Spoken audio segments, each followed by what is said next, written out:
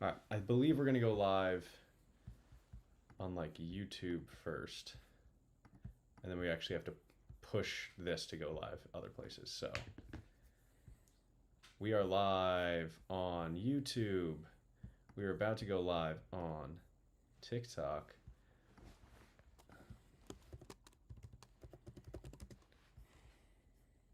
All right.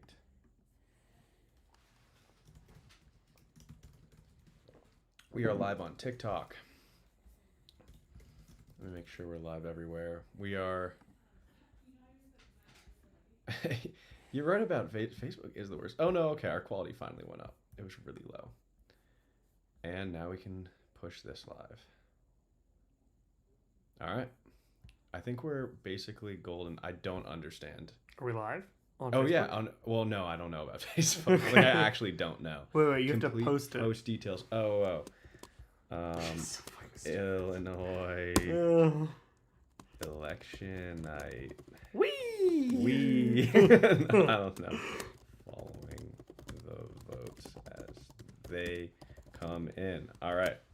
Sorry, we're trying to get this live on Facebook too, so your mom can watch. All right.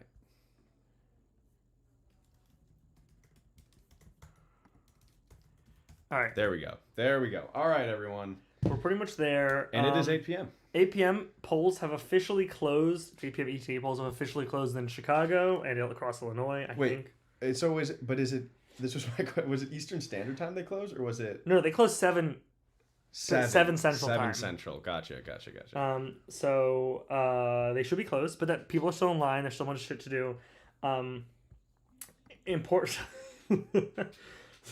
Something just came up on Twitter that says J.B. Pritzker is predicted to win the primary for the governor. Great. Congratulations. Great. I just love how they have this prepared. All right, let me make sure I can follow along. Make sure I answer. And let us know if we have any. If you see any issues, we are hardwired in, so hopefully things work better this time. But we'll do our best here. Oh wait, microphones. Oh shit. Totally forgot about that. Did you bring them? Yeah. Okay, good. Let's see if we can do this without using the phone at all. Let's just do this straight into the computer. So for folks just joining us right immediately, actually, let's wait till we get the microphone set up. Boom, and this is yours. Grazie. We started setting up 2 minutes before we told everyone we're going to go live. Whoops! I'm going to take the blame on this one. I tried to set up a nicer camera. It's okay. You don't need the nicer camera. You'll be fine. You want to be on votes dot. It's like Decision Desk HQ votes. There it is. There. Yeah. Oh, login. Couldn't capture. Okay. Did it crash? I think it crashed. Sick. A lot of people are trying to use Decision Desk because it's really nice, and that the stream is APAC approved. Whoever asked, thank you for asking. Wait, where was I? I was here. Yes, restore. Hell yeah.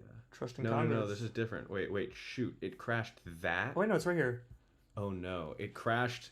The sharing This is TikTok. Thing? Yeah, it crashed all the other streams. Sick. All right, TikTok. You guys all right, well, while Nico's working on screen shares, I will let you know of what is going on and what I'm seeing.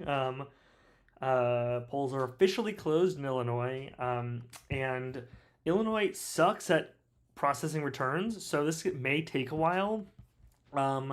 And we're just going to caution folks now to not read too much early on into whatever we get. There's going to be a lot of processing to do. They had a huge mail-in vote window, and all of that has to be processed as well. But it's going to take a hot minute to get there. And we'll get there. And we'll get there with you guys, I hope, tonight. So...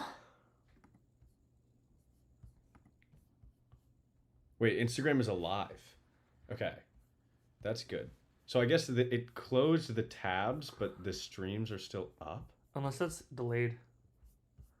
Well, no, someone says it's still alive, which means that we have said it's dead. Well, what happens if you switch the tab on the votes browser? Okay. What happens? No, go back here. Well, it's not It's not sharing. It's that would be frozen regardless, I think. Okay. Wait, because we don't even have that screen anywhere. Yes, we do. It's right there. Where? Isn't it this? No, look, that's different. Hold up. So, okay, this is what I think we need to do. Do the 5 fingers. Here? Here, I'll show you. Okay. Wait, So you fix it. I think I know what's up. Okay. This is your magic. Yeah, that died. Okay. Boom.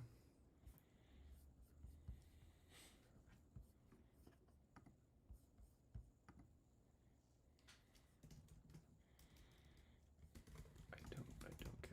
Okay. No sound detected. This is just going absolutely crazy. Oh, everything just crashed. Should we just restart the whole thing? I mean, basically, we have to do that regardless. Okay, cool. Well, I don't think we can log into Decision Desk for some reason. It keeps crashing the browser. I think it was maybe because it was going into a login screen and OBS just like doesn't like that. yeah, it probably doesn't like pop-ups, or doesn't want you to like maybe show your Yeah. login information. Oh, it just opened. Okay.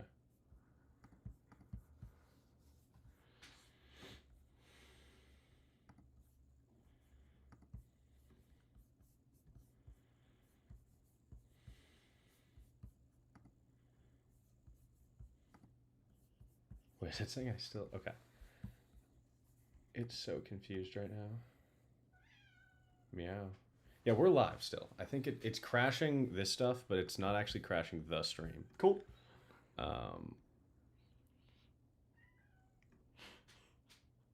Okay, and now TikTok is crashing because it's mad that we're streaming at other places. All right, well, shut up.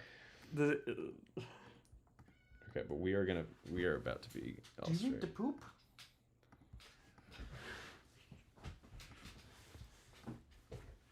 Boom. Okay, we've got that going live.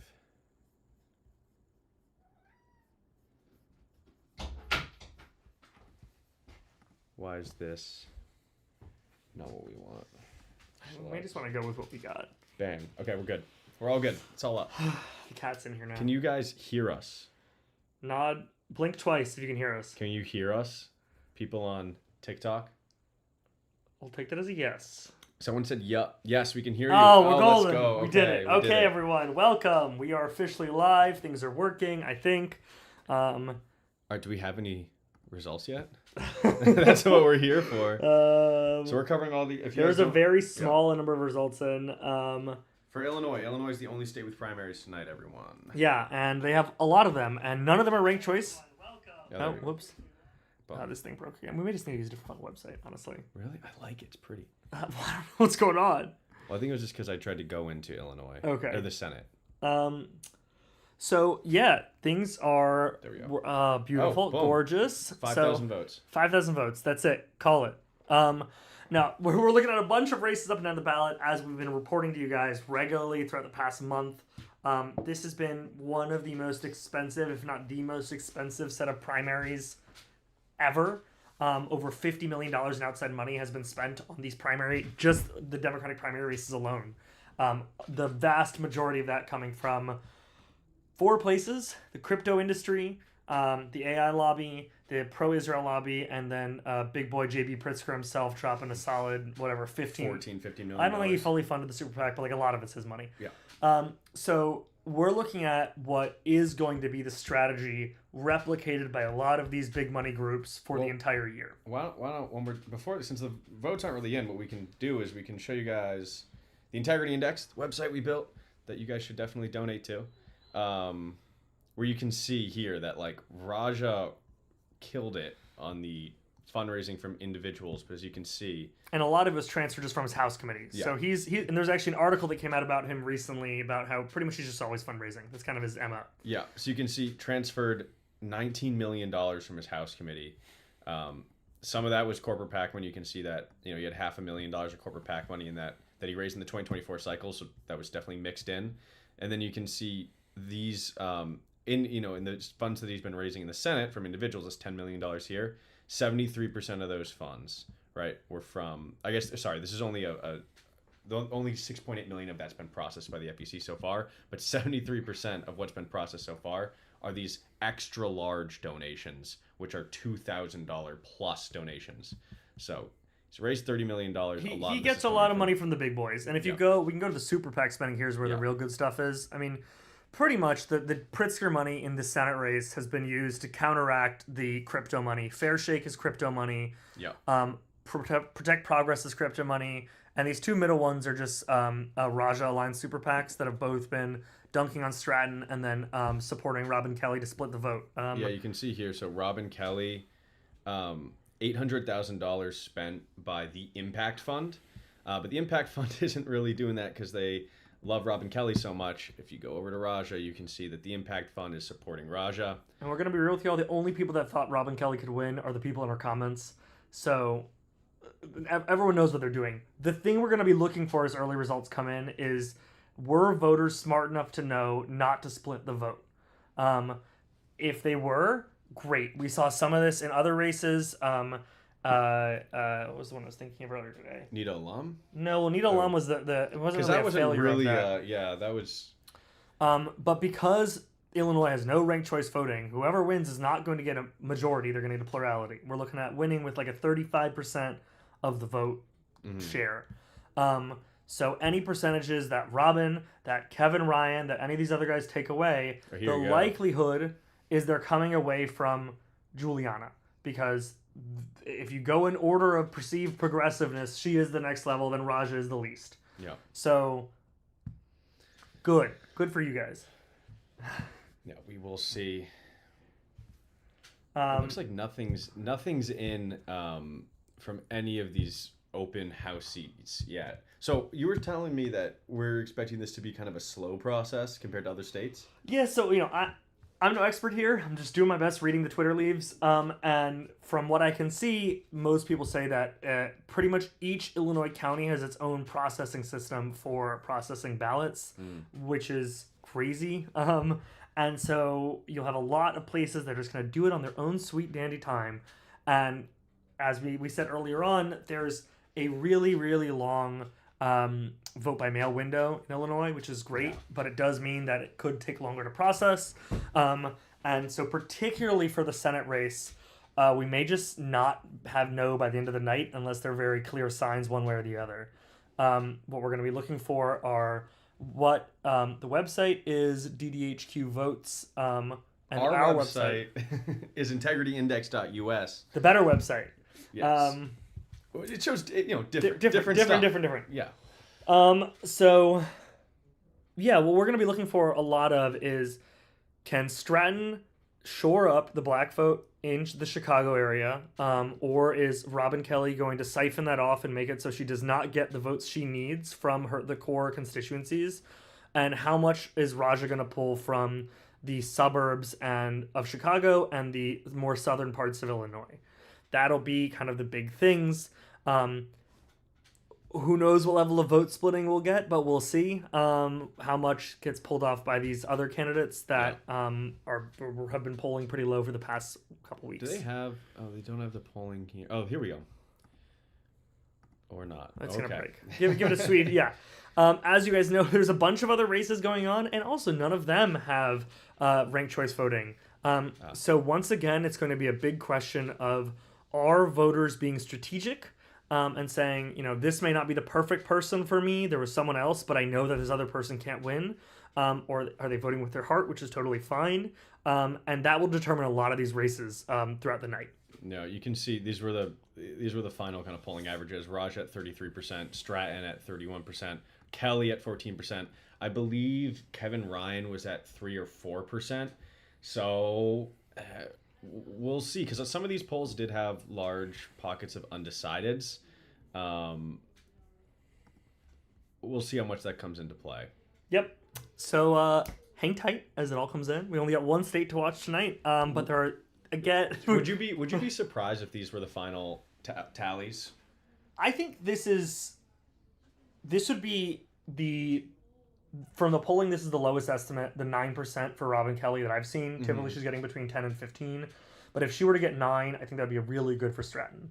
Anything below 9 for her is that. There's no way I really think that Kevin's getting 6.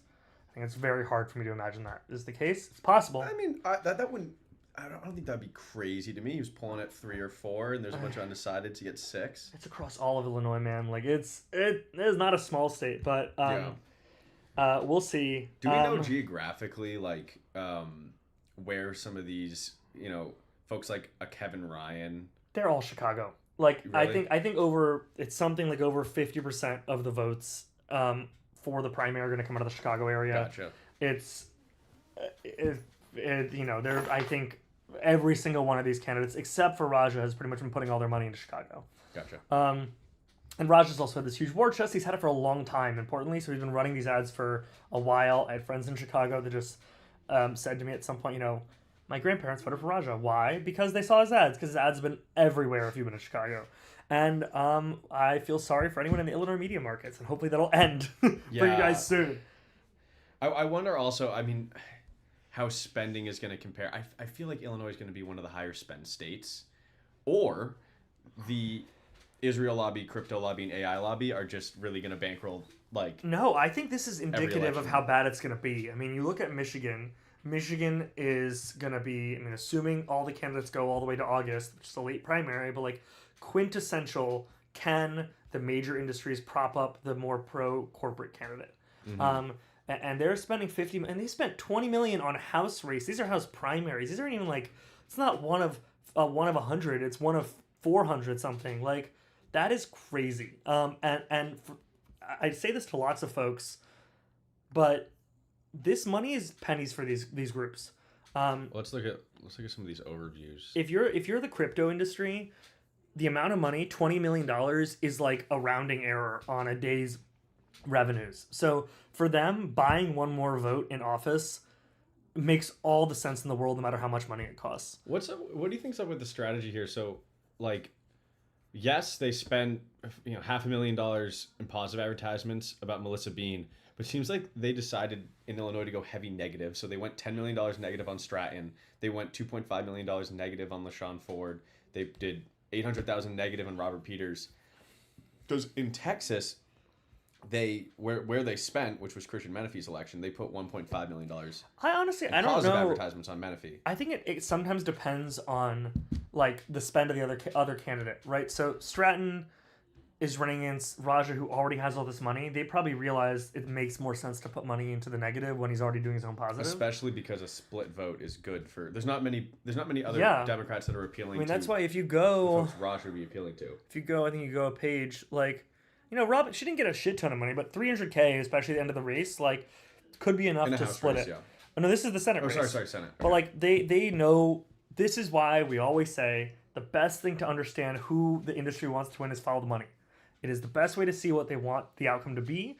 And you can't just say, oh, they really want Robin Kelly to win. They don't. They just know what it means to prop her up. And that's why they do it. Mm-hmm. So, yeah, it is just a crazy amount of money has gone into these primary races, and this isn't even that many people voting a lot of the time. I mean, we're looking probably it's going to be at maybe 2 million people voting, maybe 3, I don't really know, probably less, but like on a dollar per vote basis, like it gets to be crazy numbers, and they will throw whatever they have to at it to make it happen. Yeah, AI industry, $1.3 million on Jesse Jackson Jr., who right now is like, according to the betting markets, the favorite. Yeah, and he has name rec, obviously. Yep, and has gotten a polling boost since the passing of his father. And Melissa Bean, $1 million from the AI industry. Yeah, and she got $4 million from the pro-Israel lobby. Like, we can go to the Israel lobby page, actually. That's where some of the crazy shit is. I mean, they're the ones who really, like, they've pretty much taken,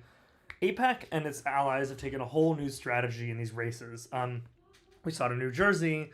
And we've seen it in a couple other races across the board, but that whole new strategy is we're going to pay as much money as we need to, but do nothing related to Israel in those ads. Yeah. We're actually going to do fake progressive promotions of people and just fuck with people. Like, we're just going to mess with it. And it's entirely anti-democratic. Well, you can even just see from the names of the organizations. Yeah. Go to Affordable Chicago Now, Elect Chicago Women. Hover over CAT. Yeah. Chicago Progressive Partnership was the new one that popped up. Oh, wow. This one is in the last week. And a lot of these guys are literally like, they can pop up and then not file who donated to them until after the election. And if I'm right, the ads that they were running, which is similar to what we've heard other progressives say they get attacked on, it will be like, Kat Abighazaleh is funded by MAGA and Republican donors, which is just total. Yeah, and so I mean, as made up as you can get. I mean, it's just I don't even know what they're talking about. luckily that one is pretty hard to believe for most people. I get, but I mean, for a lot of folks, who are voting in these primaries, they don't really, they're not sickos like us that are No, and so they're doing just all this research. And really, what it ends up being is you had one person that donated some small amount of money who also had donated to a conservative or someone else, and they're like, "Oh, we're gonna use it." So it's not a lie. And I want to be clear, that's why we don't do that. As an organization, we don't try to find the political allegiances of the individuals who are donating to these campaigns. These campaigns raise too much money. There's always going to be overlap. There are going to be, Kat has raised $3 million. Has someone who's voted Republican before given her a $200 donation? Maybe. Does that mean she's funded by MAGA donors? Of course not. We're seeing that right now. Tallarico raised over $20 million. And there's folks now saying, well, there's overlap between the $20 million he raised and, there's $20,000 or $30,000 of overlap between the $20 million he raised and people who have donated to AIPAC. That's going to happen, right? AIPAC has thousands of donors that donate tons of money. And a lot of them raised $20 million. Like, a lot of them don't even know they donate to AIPAC because they donate through AIPAC and it's an email they get that says whatever. That is a very good point. You get a text message to your phone that just says, hey, give money to Cory Booker. And you just say, I like Cory Booker, and you give, $20. Maybe you're wealthy, so you give $200. All of a sudden, you're an AIPAC donor, right? So we have to be careful here when we start, just trying to assume what we know about individuals who are giving to campaigns. Because, guys, if we don't know, these campaigns don't know. Their finance directors don't have time to spend all day vetting every single person because there's thousands that donate to their campaign and seeing, So we got a couple results who. coming in that I'm just going to run through. Very small amounts, but we're seeing some early voting numbers drop from more suburban areas of Chicago and Southern Illinois. And it's a mixed bag of what it says. We're seeing some information that says Stratton could do very well in the suburban areas, which is very important for her to be able to. If you see Raja just went down to 56%, it's getting really close to a toss-up. These will flip all night. Yeah, it's just gonna fucking flip-flop. Yeah. There also is some suburban Chicago vote that's going right to Raja, strong to Raja, but that's also possibly, it looks like it's largely his district. What? Wait, what? This can't be right. No, I don't know who the fuck Brown is. Sean Brown has 79 votes. This is the suburbs. It just changed. Now Bustos. This is coming in. Yeah, give it weird. its sweet time. Yeah. And we do have some results coming in for some of the other House races as well. So if we go... Where do you want? Illinois 8. Oh, man. Praying, man. Praying. You may have to click on the name itself. Yeah. Let's see if this crashes everything. Good luck to us. I might also just start... you know what? what? Go to Vote Hub for now. Well, I like the way this one looks. I know. Oh, it changed. It worked. Okay. So it looks like they're not here yet, but they are starting to come in. And this is going to be... it's going to be a lot of vote splitting going on here too, but Melissa Bean is the industry supported candidate. Let's go through the top hits. Let's run through it. So Melissa Bean? She's maybe she's a queen. Be the worst, kind of like. Is she the worst? I don't know. I mean, she's not good. She's got $4 million of. She does have everybody. Yeah. She has Israel, AI, and crypto, and the moderate Dem PAC, which is the New Democrat Majority PAC. So she's running right now on pretty much 6.5 mil extra funds from those industries. And she's previously in office. She's running. It's been like 10 years since she was in office. She's running again. And to put that in perspective, like what's so crazy about this is it's like $6 million of industry super PAC money. And she's raised $1.6 million. Her, opponent who's taken the political integrity pledge has only raised $1.2 million. $6 million is so much money for an election like this.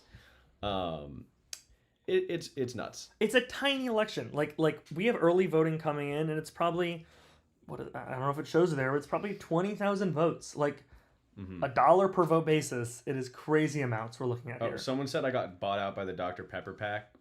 Yeah, gladly. I might do that. I need to be very careful about that because I might do that. So it looks like the suburban area that Raja got that really good result from is the area that he represents in Congress. And it's going to be a question of Oh, here we go. First big drop. Yeah. Okay. Do suburban voters end up swinging especially suburban, well-educated, like upper middle class voters swing to the more progressive candidate or not. So wait, is this We'll what see. you're talking about? That suburb that's going really well for Yes, Stratton? Kane County. No, this one is going well for Raja. It'll show up in a second. Okay, because right now this is obviously something about the reporting is weighted way too heavily to Stratton because she's got 50. There we go. Oh, boom! It just came in. Yeah, so that's Wow. I think that's pretty expected. And that's 48% of the vote from Kane County. That's a lot. So a lot of early vote in these places because it's been Wow. open for so long and people have been doing it for a while. There's a huge question of what is the early vote or the in-person vote more progressive, lean in some demographic direction? No one really knows. In Texas, the in-person vote was very Hispanic, and the early vote had a lot of the early black vote and older vote. So it's just a big shrug emoji at this point. More came in, so now it's a little bit more rounded out. Kevin Ryan hanging out at 5%. And Kelly at 14. I mean, it's so early. Again, look at 3% of the estimated vote in, 3.5. Yep, we are. Yeah. So we're waiting for more of the early vote results to be tabulated and drop. We don't even know. I know. But let's go back. Where were we? So we did a little bit of overview of the 8th. Why don't we go to the 7th? Okay. No, and we can go to the integrity index site for it too. Okay, just give me 1 sec. I'm just gonna try to get these open so I can flip through them quickly. All right, the 7th. Oh yeah, the 7th is crazy. There's so many. Real quick, actually, we do have the first results coming in from Chicago itself, and we do see 22% for Robin Kelly, which if that holds, that may be kind of a death sentence for Stratton's potential. It is a very, very, very small amount. Who knows whether that actually is going to hold in any way. But I don't think, will not be able to maintain the lead if Robin Kelly is really picking up 22% of the vote. But let's see. For whoever just asked if we have an AI filter on our video, no, we just look like this. Like, we're just that hot, I guess. Yeah. Cool. So yeah, Illinois 7th. This is, I mean, it's kind of right now. It's LaShawn Ford versus who's the other candidate with the real shot here? Is it Melissa Conyers-Irvin? Melissa's the industry candidate. She's the one who's received. Yeah. This is all APAC. This is from explicitly APAC, not even an APAC cover. She's received a shit ton of that money. And who spent against Ford? Crypto. Yeah. So the usual suspects fucking around, and honestly, like, I know so little about this one. But I think the likelihood, and Jason came in. I think he came in with his own money at the end. He had like some buddies, Jason Friedman. Strong Illinois. So Strong Illinois PAC, I think, is just like literally some friends of his that put a couple $1 million in a PAC or something, and they started spending on it. Look at someone just said their ward in Chicago endorsed Robin Kelly. Yeah, I mean, she is a local institution in many ways. So if she holds Chicago, it's gonna be bad. I mean, there is a lens of looking at this where it's like, look, a lot of folks in Congress get buddy with each other that don't have. And it's not necessarily the folks that have the closest politics to them. Raja and Robin Kelly are colleagues. And if you follow the money, I mean, Raja's a more active fundraiser. They both get a lot of corporate PAC money. Yeah, Robin was very successfully able to refashion herself as a quote-unquote progressive by making a very clear claim on the Gaza genocide. And, like, I get it. Good thing to do. That doesn't mean that you didn't take millions of dollars in corporate money throughout your entire long career in Congress and APAC money. And it looks like, I don't know. I mean, it could be an IOU to cash in later with Raja, who's probably going to be a U.S. senator. Hey, who has a good chill. If this ends up working, will be a U.S. senator. So correct. Like it has the potential to be a pretty slimy thing. I mean, So we do have some. Her team has known for a while that she wasn't going to win this election. We're seeing some early results coming in for a lot of these House races in Chicago now as well. Oh, yeah. The first results in Illinois 9th, which is the Kat and Daniel Biss race. again, we don't really know what this means because it's such a small amount, but I mean, it's 20% of the vote, and Abyss has 25%. 20% of the vote. Wow. But like, again, 20% of the vote, or 20% of the precincts reported, we have a total votes of 7,000. And how much money has been dropped in this race? Like $10 million. Again, crazy amounts of money for these small primary races. For those watching, Biss has been shooting up in the. It's gonna flip flop. Who gives a shit? Yeah, I'm gonna make sure that just everything's open right now so we can just flip through. Like, I really think Kelly could fuck this. Well, I mean, by the math, she's always was going to quote fuck it. Like Kelly's Yes. going to get more, going to get a higher percentage than the difference between Stratton. Yes, that's a very and good Raja. point. That's always was going to happen. And if she keeps holding like a strong Chicago percentage, it'll cook. Like, it's just gonna be it's not gonna there's no coalition there. So we'll see. Wow, we're at 10% in now. A lot of stuff still left to come in, especially, let me see over here real quick. Cook County has 13%. This is the biggest. This is Chicago. Cook County, Chicago. We have less than 20% of the vote in. There's not a lot to read here. But if Kelly is able to hold over like a 15% margin, probably rough. That would be killer. Well, yeah, Kelly at 16%, Kevin Ryan at 5%. I mean, that's insurmountable. If that And we're were to not hold. going to say we told you so. Well, no, but I mean, we can't even say you told. Like, if this is how people want to vote in primaries, that's how they want to vote in primaries. Yes. Like, I get it. It's a primary, but like, it's because for me, it's a little bit more on the candidates. Like, if the candidates want to start making coalitions and dropping out and cross endorsing, I think that's the mature thing to do. Yeah, and we saw that in New York mayoral race, and that worked because there was ranked choice voting. Yeah, it works. It works better when you're doing ranked choice voting. But like, Landon never dropped out. He didn't drop out. He just said you guys should write him a second, and that worked, and that was genius. And I mean, obviously that's why ranked choice voting would be great. But like, I will say real quick, some stuff coming in right now. Yeah. Some more stuff in the 9th. A lot of the early vote is coming in. Yeah, we see we're at 12% here, And it does look like the Daniel Biss is taking a significant lead, unless there's a really, really big upswing in the urban part of this district. It's gonna be rough for Kat to make it happen. Right now, all we have is the urban part of this district. This is Cook Well, it's County. the in-person part. Okay, gotcha. For folks wondering, this site is Vote Decision Desk HQ, and then the site we're using for the money and politics stuff is the site that we built, integrityindex.us, which you should donate to, so that we can keep it running. And Someone I trust a lot on do a Twitter lot of has said Kat Abu Ghazali is essentially toast. I'm not going to claim that, but I think by the early vote percentage, she's really not coming in strong. This is not the number she wanted to see. As you can see, the prediction markets are moving slightly to Biss, but the prediction markets have not like completely. Actually, never mind. Okay, they've gone to 90%. yeah. So they do like Biss.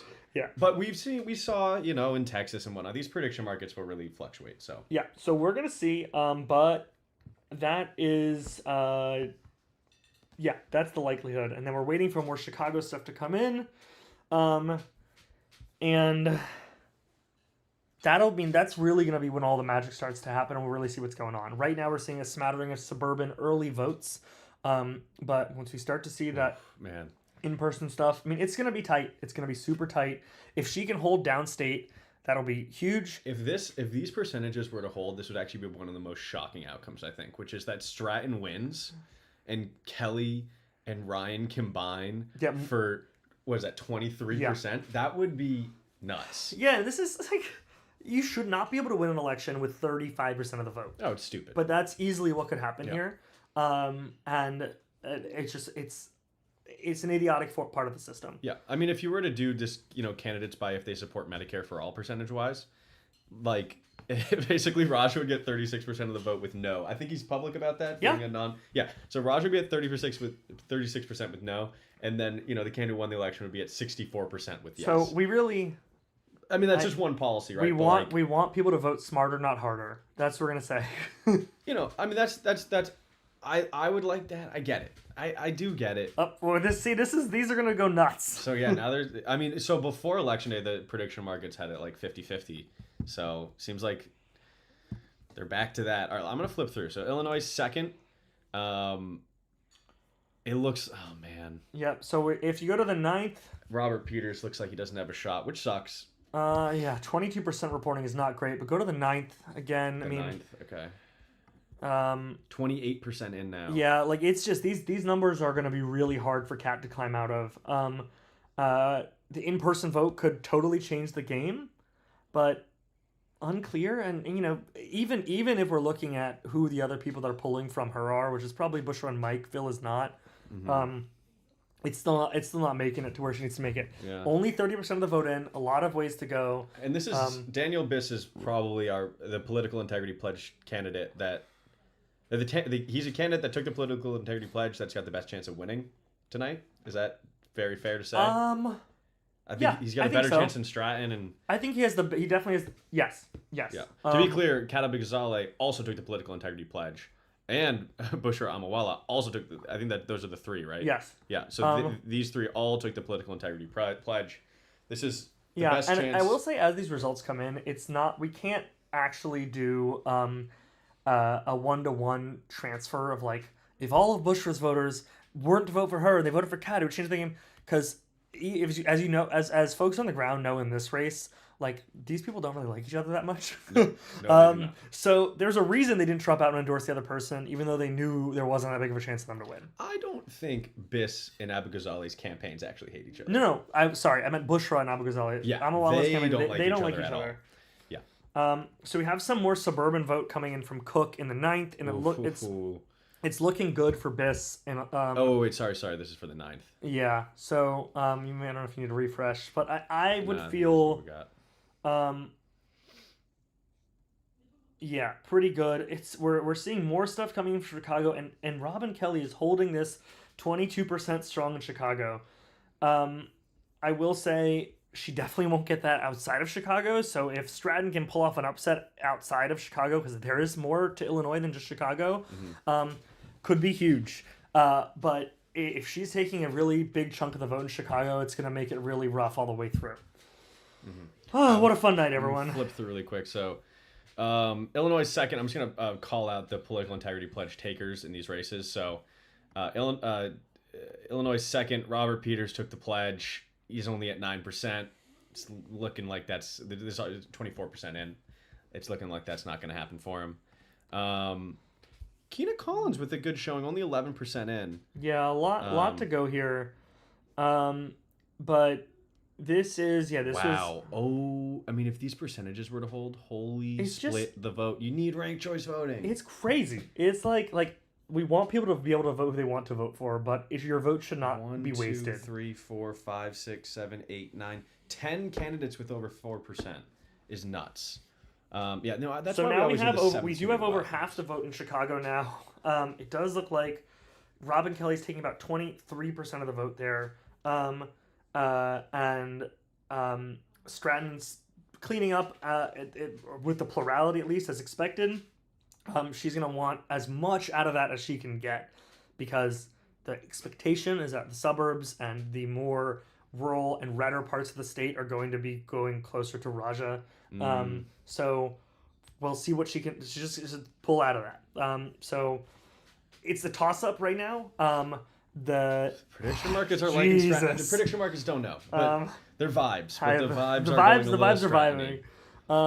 All right, wait. I didn't even get to see the 8th. So the 8th, I mean, there's still space here, but this vote splitting is less clear. Did we look at the super PAC spending here? We did not. So yeah, let's go. Integrity Index is the website we built that tracks. And you should donate money to us at donate.politicalintegrity.us to help us keep building cool shit like this for you. Yeah. So this is. Oh no, we did look at the 8th. Okay. Yeah. This is Dan Tully did. He ended up taking. I don't know why it's not showing here, but he did end up taking the pledge. But this is kind of crazy. Like he's kind of funding his own thing. And there was a bunch of super PAC money that came in for him. Not crazy amounts as things go, but it was. Yeah, it's like 200K. I think it's like a veteran fund. I mean, here's the thing. Here's the thing, though. Like, if Dan Tully ends up getting 12% of the vote tonight, and now we get Melissa Bean, APAC candidate, So like it's just I just don't understand personally. I just personally can't imagine running for office knowing I'm going to lose. I said this to a like- friend today. I literally don't get Like it. your job, like it's a full-time job running a campaign, and your full-time job is getting 8% and losing so that this whole like a horrible candidate wins the election. Like if you're a voter and you want to vote for the person that most aligns with your interests, I get that, right? So you vote for that person. But if you actually are that candidate and your full-time job is just to be like, I don't even know. Yeah, don't even know. I mean, and some people it's a vanity project. Like, I think Neil is the guy, and Dan, they put like $500,000 into their own race or something. It's like, oh, just be a team player. Like, if you care about the issues, you should be able be to a team support the player. person in the lead. And I think important, and you said this in the video you put out a couple days ago, like, this is not to say if you're at the beginning of the race, like 8 months ago, don't drop out because you're not in the lead. Like, fight for it. But if you're like a month out, right, and before early voting is starting, you're like, oh, I'm nothing. No single data point I have seen says I can win, except for like my Ouija board. Like, I'm gonna dump $200,000 into this. don't. Just don't. Don't. And I put mean, I will it say- in crypto. I literally couldn't care. I worked for a campaign that had absolutely no chance, and some of the calls were actually delusional. Like we'd be like 2 weeks out or something. They'd be like, "No, we really think we can pull this off," and it's like we're not even pulling at 1%. It's just so Important delusional. announcement to make. Patty Garcia has won her race. Oh, boo, Oh. boo. So Yeah. do you want to fill them in on what Sure. this race was? Patty Garcia, that is the chief of staff of Chuy Garcia, no relation. But Chuy Garcia announced right before the deadline he was not going to run for re-election. In Illinois, you need to get a considerable amount of signatures, and so kind of in secret, his chief of staff was collecting the signatures that she would need to run for his seat in the what is it? One of the districts. One of the man, districts, in right? Chicago. In Chicago. And so he announces that he's not running for re-election. And because no one knew it was an open seat, no one was trying to get signatures except for Patty Garcia, his chief of staff, who turned him in at the last minute and then became, I think, the only Democrat in the race. And so, Yep. Kind of- Because it's actually very hard. It's hard to get on being independent in the race. You get a shit ton of signatures.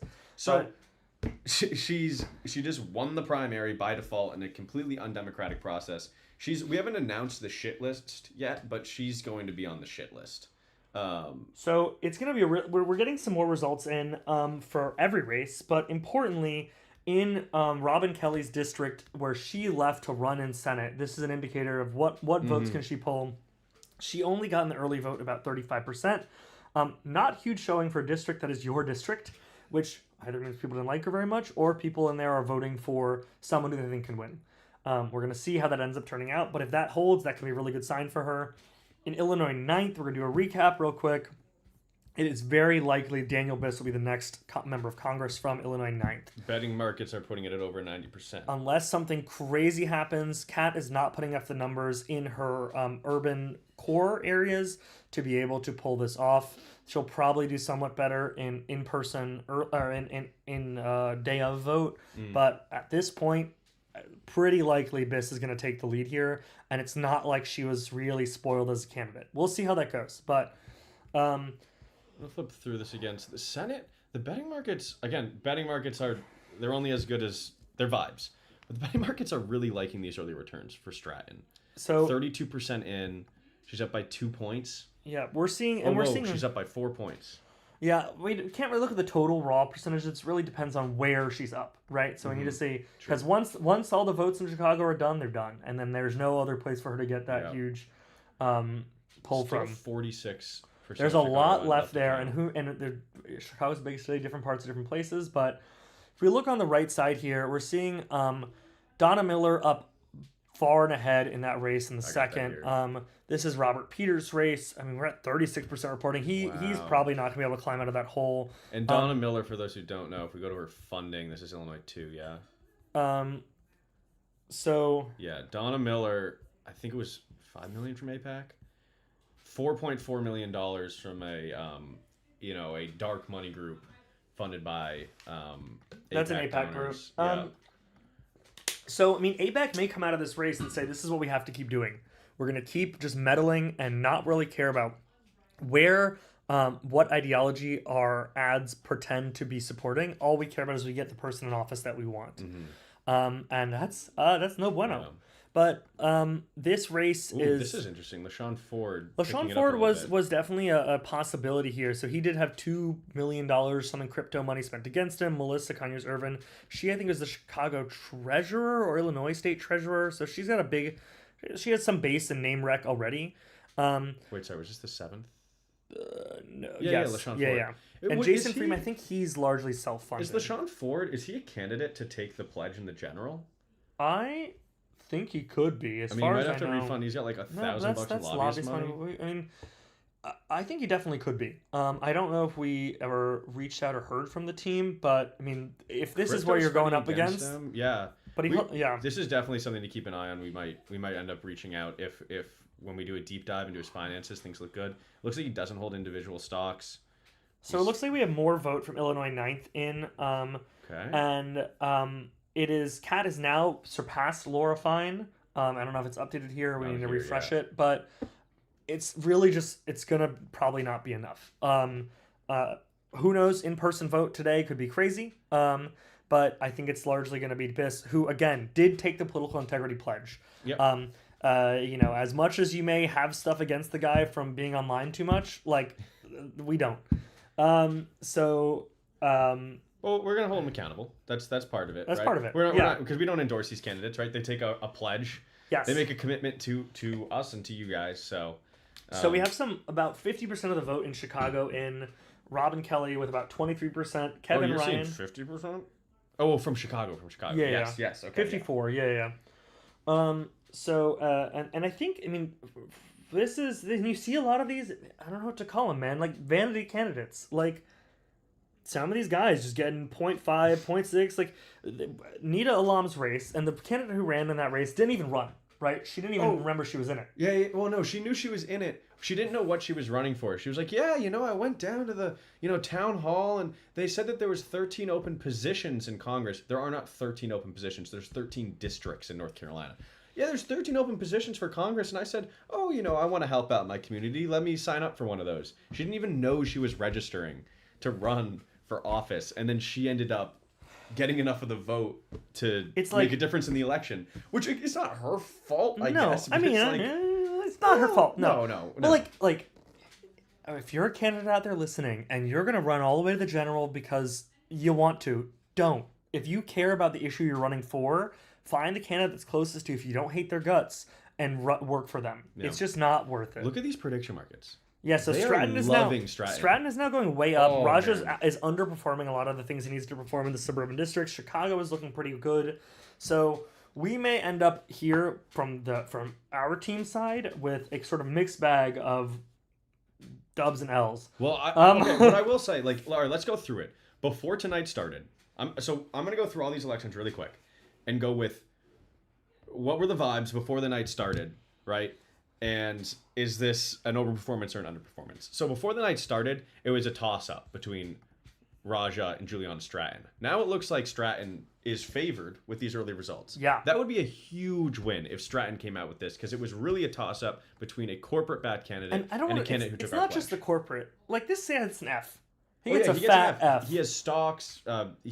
He's in bed with every company money. You could think of. I mean, we pulled the result. We saw it as like Motorola. Let's go to his profile. I mean, look up the boy. Raja Krishnamurthy. Yeah, $200,000 in stocks. Oh, this corporate PAC money is from. We'll go to Dollar Dashboard. Yeah. So here, go and scroll to here. Go to corporate PAC. And this site is integrityindex.us. It's a site that we built with your support. So if you want to. Oh no! But if you want to make the website did not crash. The website works very well. The browser crashed. So Chrome needs to get on their shit. We're riding way too hard. But if you want to help support us, go to donate.politicalintegrity.us. Every dollar counts, and it helps us build cool shit like this for viewers like you. So all right, I need to get the new browsers up. For those joining now, it is looking like Kat Abu Ghazaleh, who is the internet darling, is not going to make it. She did take the political integrity pledge, as did the other candidate who is currently leading the race, Daniel Biss. Also, just had a really unique campaign. Just Yes. in general, with the money she was raising, the way they were spending And it. I think it's really important to recognize that that's not to say that candidates like her cannot win. I think a difficult thing that she ran up against is Daniel Biss was the mayor of Evanston. Evanston is in this district. Kat did not really have strong ties to this district. And I think it's probably hard. Like, it's a lot of name recognition to pull yourself out of to make that happen. Sorry. But what I will say is, a moral victory. It will make me so happy if Daniel Biss and Kat Abu Ghazaleh both get Body more Lauren votes Fine. than Laura Fine. Because I mean, if Let's we go. want to talk Let's about see. this Let's see her money- goodies. Illinois 9. Laura Fine. Look at this.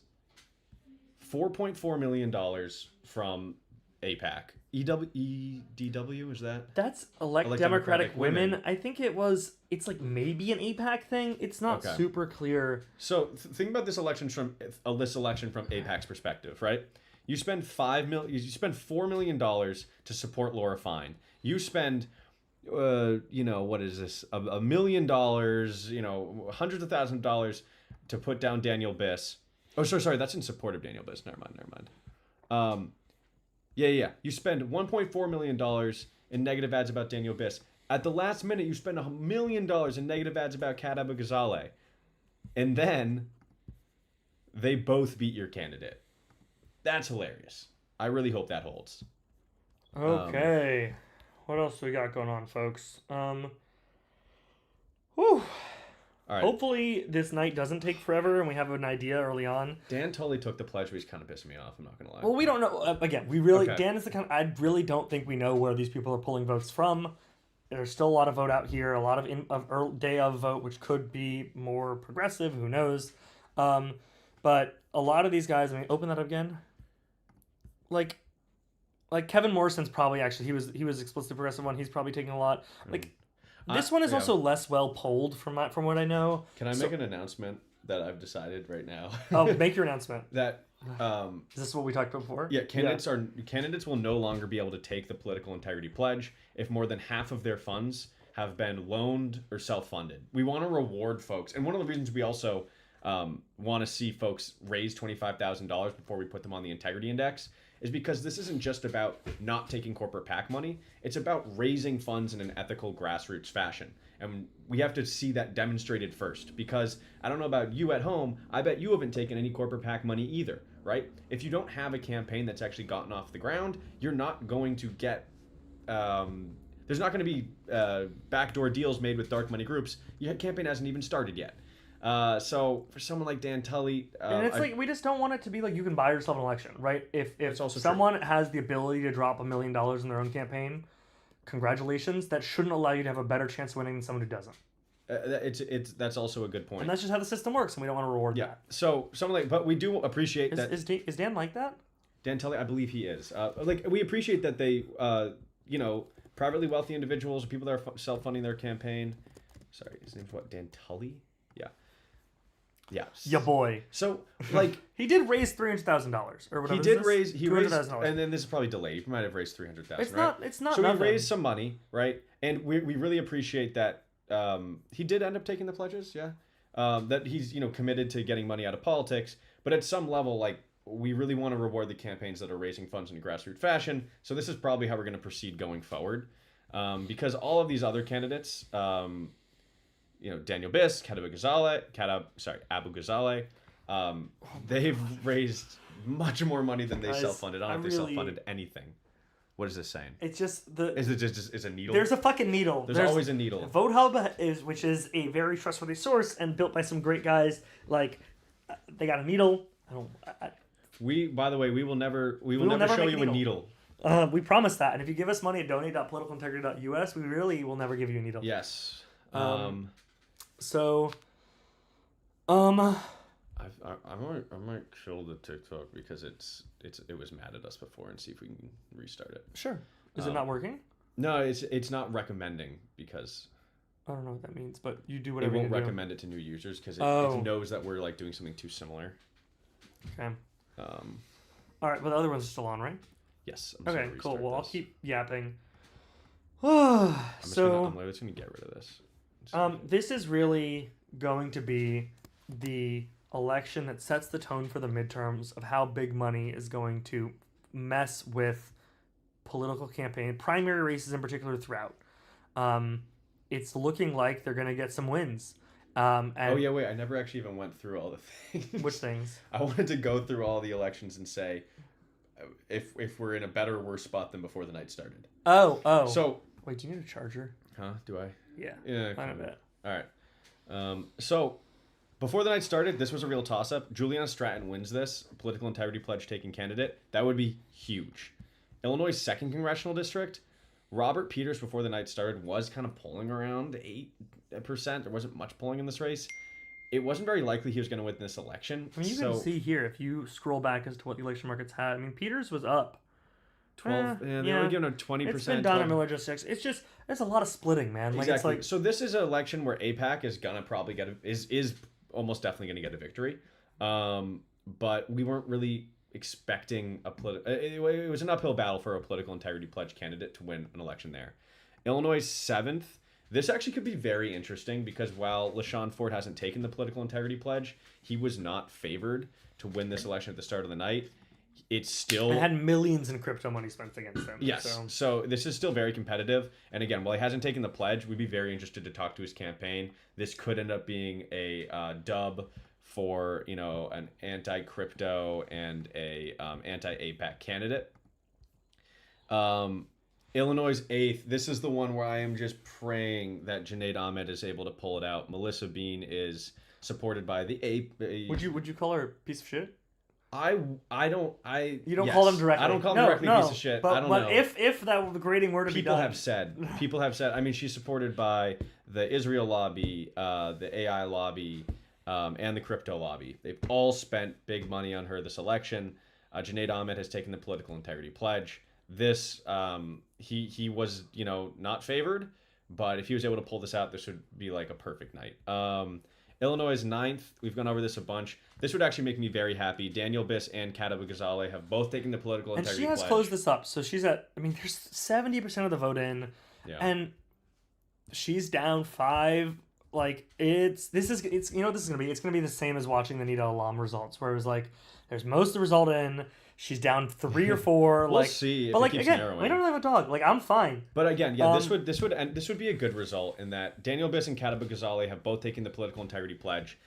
The AIPAC lobby has spent so much money trying to buy this election for Laura Fine, and if she got beat by both those candidates, that would be pretty funny.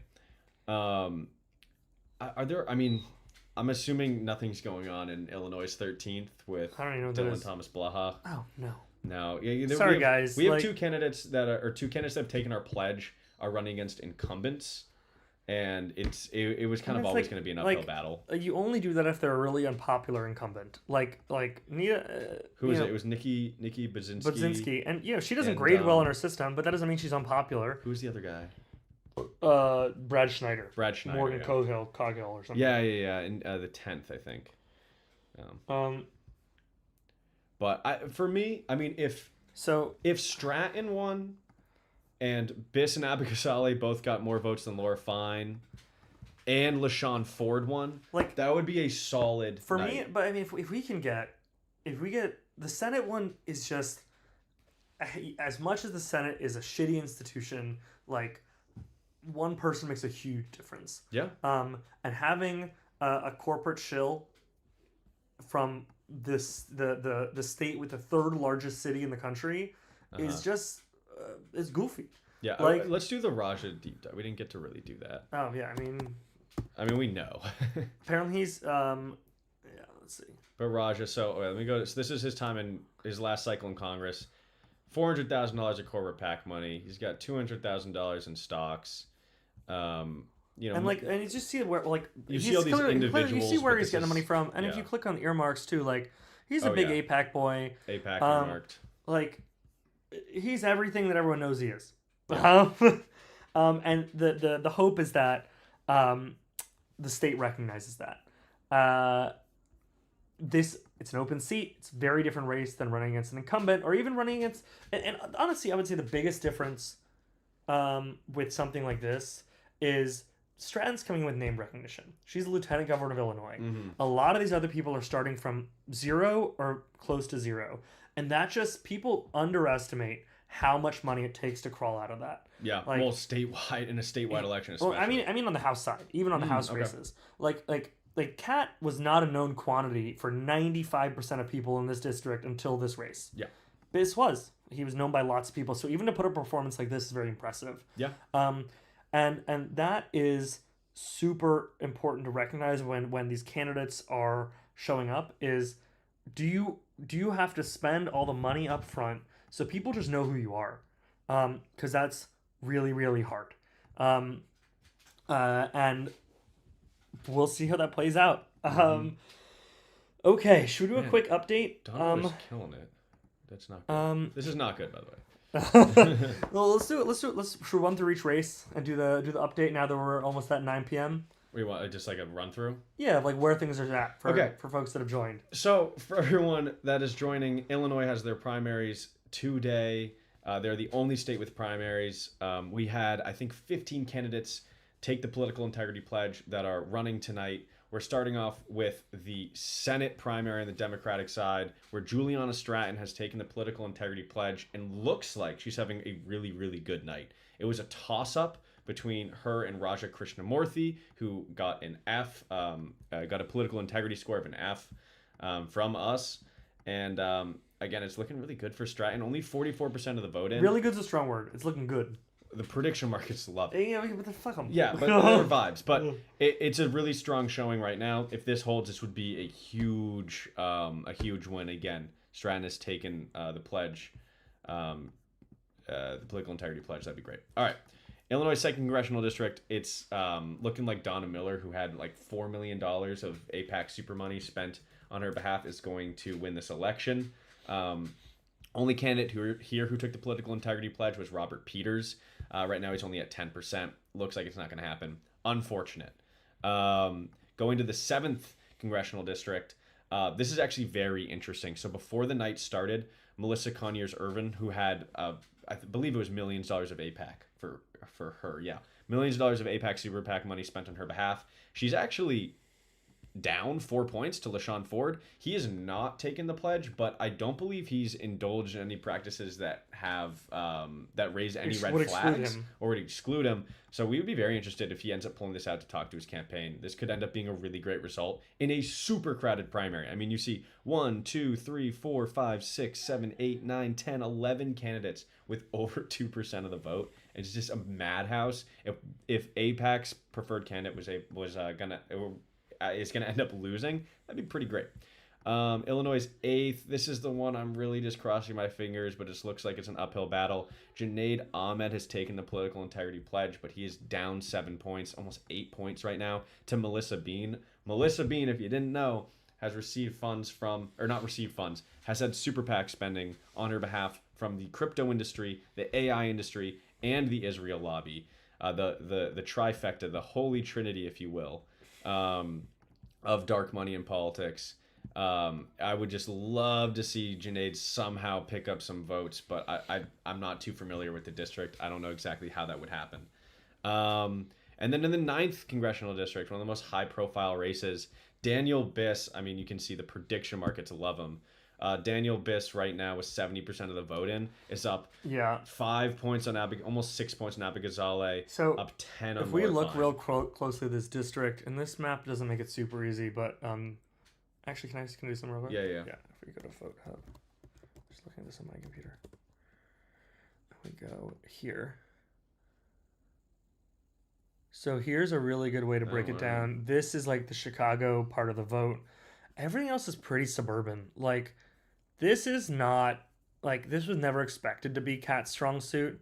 You can see Laura's fine is even up in some of these districts, or these counties. But she really needed to pull as much out of this as she could. Can we do, oh, how does this work? Vote density? Not, oh, yeah. Whoa. So this is like Okay, where the cool, most cool. amount of votes are. This is votehub.com, by the way. It's a very cool website.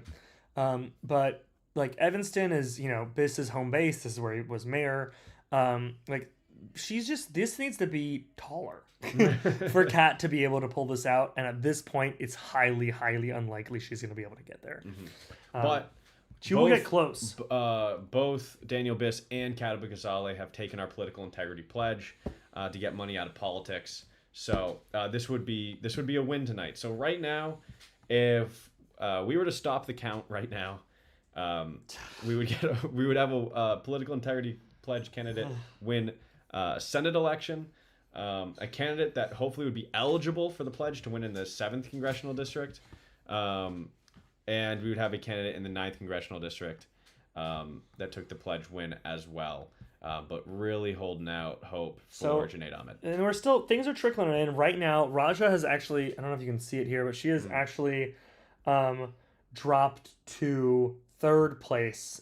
Raja has dropped to 3rd place in Chicago itself. Oh. So he used to represent a suburban Chicago district. He left that to run for Senate. You're talking about Cook County or like Chicago? I think it's in Chicago proper. Okay. You can see it is close here though. Kelly at 22%. Yeah, and that's where Raj all at of her 30. vote is going to be, pretty much. I mean, she's maybe stream some has been frozen for the website for 20 minutes. Thank you. Wow, so we've just been talking to ourselves. Or not talking to ourselves, but you guys have no idea what we're talking about. That is not... Is that our problem or their problem? No, I mean, that's wrong. I don't know why. Let me see if I can, like... Screen isn't changing. Cool, okay. That's... What the hell? TikTok Live Studio. Well, no, it's happening on both of them, I think. You want to just restart or no? No. We can figure this out. Yeah, so I'll keep talking. But so Kat is winning that area of Chicago, and we can maybe pull up that map again in a bit if it gets back up and running. Kat, the district Illinois 9th that she's running in only has a small part of it in Chicago. The majority of it is Evanston, and then a lot of suburban Cook County. She is pulling out a 35-24 lead over Biss in Chicago, and she really needs to have way more than that. Like that was going to be where she would be able to pull it off, and she probably needed to have 45 or something even higher there. So right now she's trailing by about 5,000 votes to Daniel Biss, and Biss is Laura Fine's way in 3rd and is going to stay there, which is great. That is good.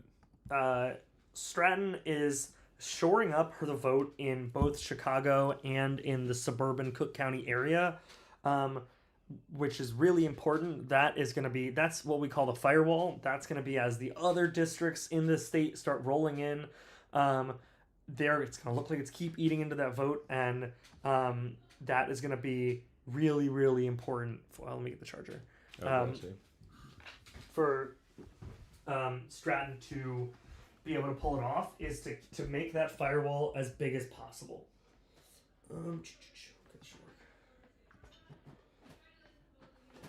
Okay, that should be back. Sorry about that. And then, I don't know why this froze.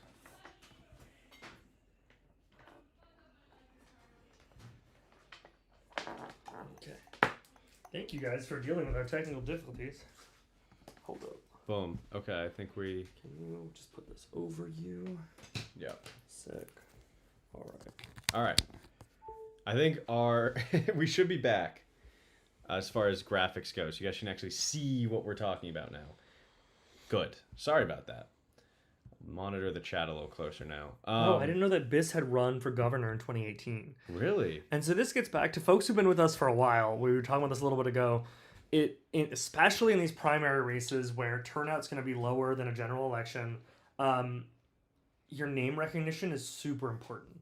If you start with that baseline, it just makes life a lot easier. If it's good name recognition.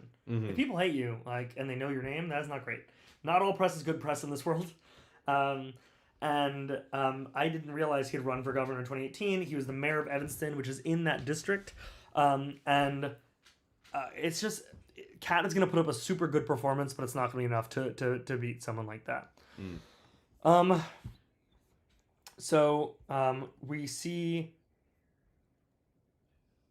Oh, Wait, yes. I'm going to get one more tab. Just I want to just have a free agent that I can just look at some of these candidates that probably aren't going to win, but took the pledge. Sure.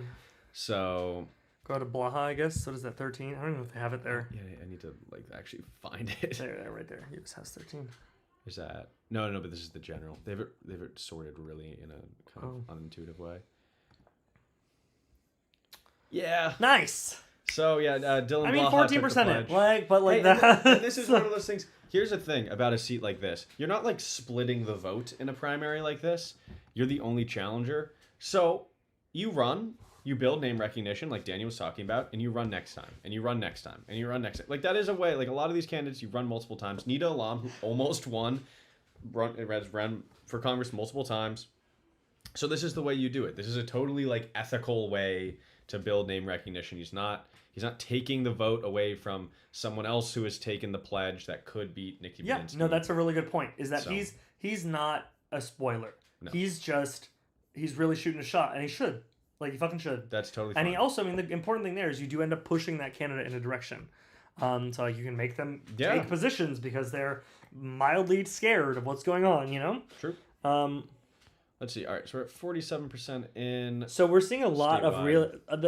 the Vote Hub, which is the website we had brought up before, has a lot of really good analysis. We are seeing... they have called the race for Dan Biss. Wow. If that holds, congrats to our first political integrity pledge winner of the night. And we will be watching.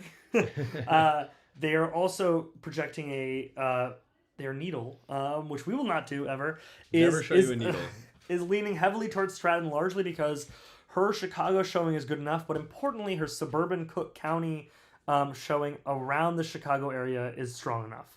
And that firewall is going to be really hard to break through, especially as Stratton looks like she may perform well in some of these college areas and smaller cities in southern Illinois that needed to be the spot for Raja to pull it out. So let's I'm gonna get a seltzer. Oh, okay. Well, I can announce some horrible news. Donna Miller is projected to win Illinois' 2nd congressional district. She is a candidate. We can pull it up on the Integrity Index, the website we built. You should definitely give us money so we can keep building. What I just say, it's Illinois' 2nd congressional district, right? Yeah. So Donna Miller is the projected winner here. Donna Miller received $4.4 million from a Israel lobby super PAC. And the political integrity pledge taker in this race, Robert Peters, let's see, he had $800,000 of crypto money spent against him. So unfortunately, this is the first confirmed loss of the night for the Get Big Money Out of Politics movement. And Donna Miller has won. Her and Jesse Jackson Jr. were the favorites. It was always going to be an uphill battle for Robert Peters, but this one has been called. Let's see. Has anything else been called yet? No. And no more votes in for Illinois 8th. This is the one we're really holding out hope for, that Junaid Ahmed is somehow able to get. I mean, this there's last probably 8%. all the day of votes still left, which could be huge. I mean, I don't know. What is this area down here? DuPage County we're still waiting on. That's a pretty big suburban district. Does it say an estimate? No. No estimate. So... Yeah. Yeah. And I also wanted to see the 10th. I want to see if Morgan Cohill has made any dent. No. I mean, I know he's not going to win, but if he's able to make a dent, then he can run again and run again and run again, you know. Primary. Some data I'm seeing right now is that Chicago land area is 75% of the state of Illinois' population. So if you build up a strong enough base there, nice. So Brad Schneider has fended off Morgan Cohill, who took the political integrity pledge. 16%, again, you just build some name rec as a candidate who's anti-big money in politics, and you maybe you run it back. So yeah. So yeah, we are right now. APAC has won its first race of the night. yeah. In Donna Miller. They, as we said, we can rehash. They put in, I don't know, how much was it? 4 mil or something like that. I think 4.4 mil, yeah. 4.4 mil that you can see on integrityindex.us, which is our site we built that you can support at donate.politicalintegrity.us. Um, and so that is not great. It broke again? Nope. Oh. I'm just making sure I can like look at other. Okay. I'm just looking at chats. So that is, yeah, not great. They're probably going to get at least one, if not two other candidates in. That, I mean, at this point, we're just going to say they bought it. I mean, they fucking bought it. Like, these are crazy again, amounts of money. Donna Miller raised $2 million. Robert Peters, who took the pledge, raised $1 million.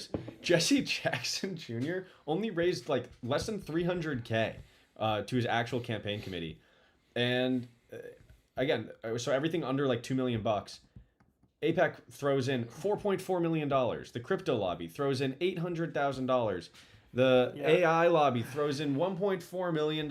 I mean, I think we come out of tonight. Crazy. We're going to come out tonight with probably at least two AIPAC crypto. What do we call them? The big three candidates. The Holy Trinity? The Holy Trinity candidates. Yeah. Well, the Holy Trinity of lobbies. Yeah. Yeah. No, that's not a good thing. Bad Holy Trinity. Bad Holy Trinity. But we'll come out with at least two or three, and then this. The unholy Trinity. They're gonna these guys are gonna say, "Oh fuck, let's do it again. Run up the playbook." Like. Someone just said, I wonder what percentage of voters even bother to look at the candidates' FEC pages. None, which is why we built the Integrity Index, because it's got all these pretty colors. And it's got all of these... And you know what voters like? Colors. Pretty colors. I like it, right? So we got pie charts. Are these still officially pie charts, even though they're hauled out? Yeah, different bagel charts. I don't know. Bagel charts? Yeah, whatever. So we were trying to make it as intuitive as possible so that you can look up this information for yourself. You can send this information to your aunts and uncles, and they can get a better idea of where the money is coming from in these races, both directly to these candidates, but then also tracking the super PAC spending as well.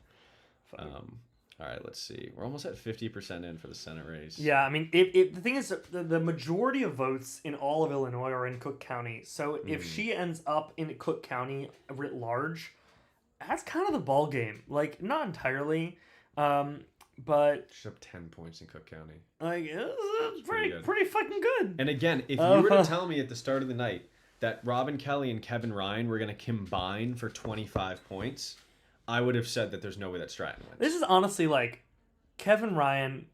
Like, we knew he wasn't going to win. This is an impressive performance in. Is this overall? He has 4.8. Yeah. Like. Congrats to the guy. Like, that's huge. And he clearly had supporters. We saw them in the comments. I believe you. He should run for Congress. What district is he from? I think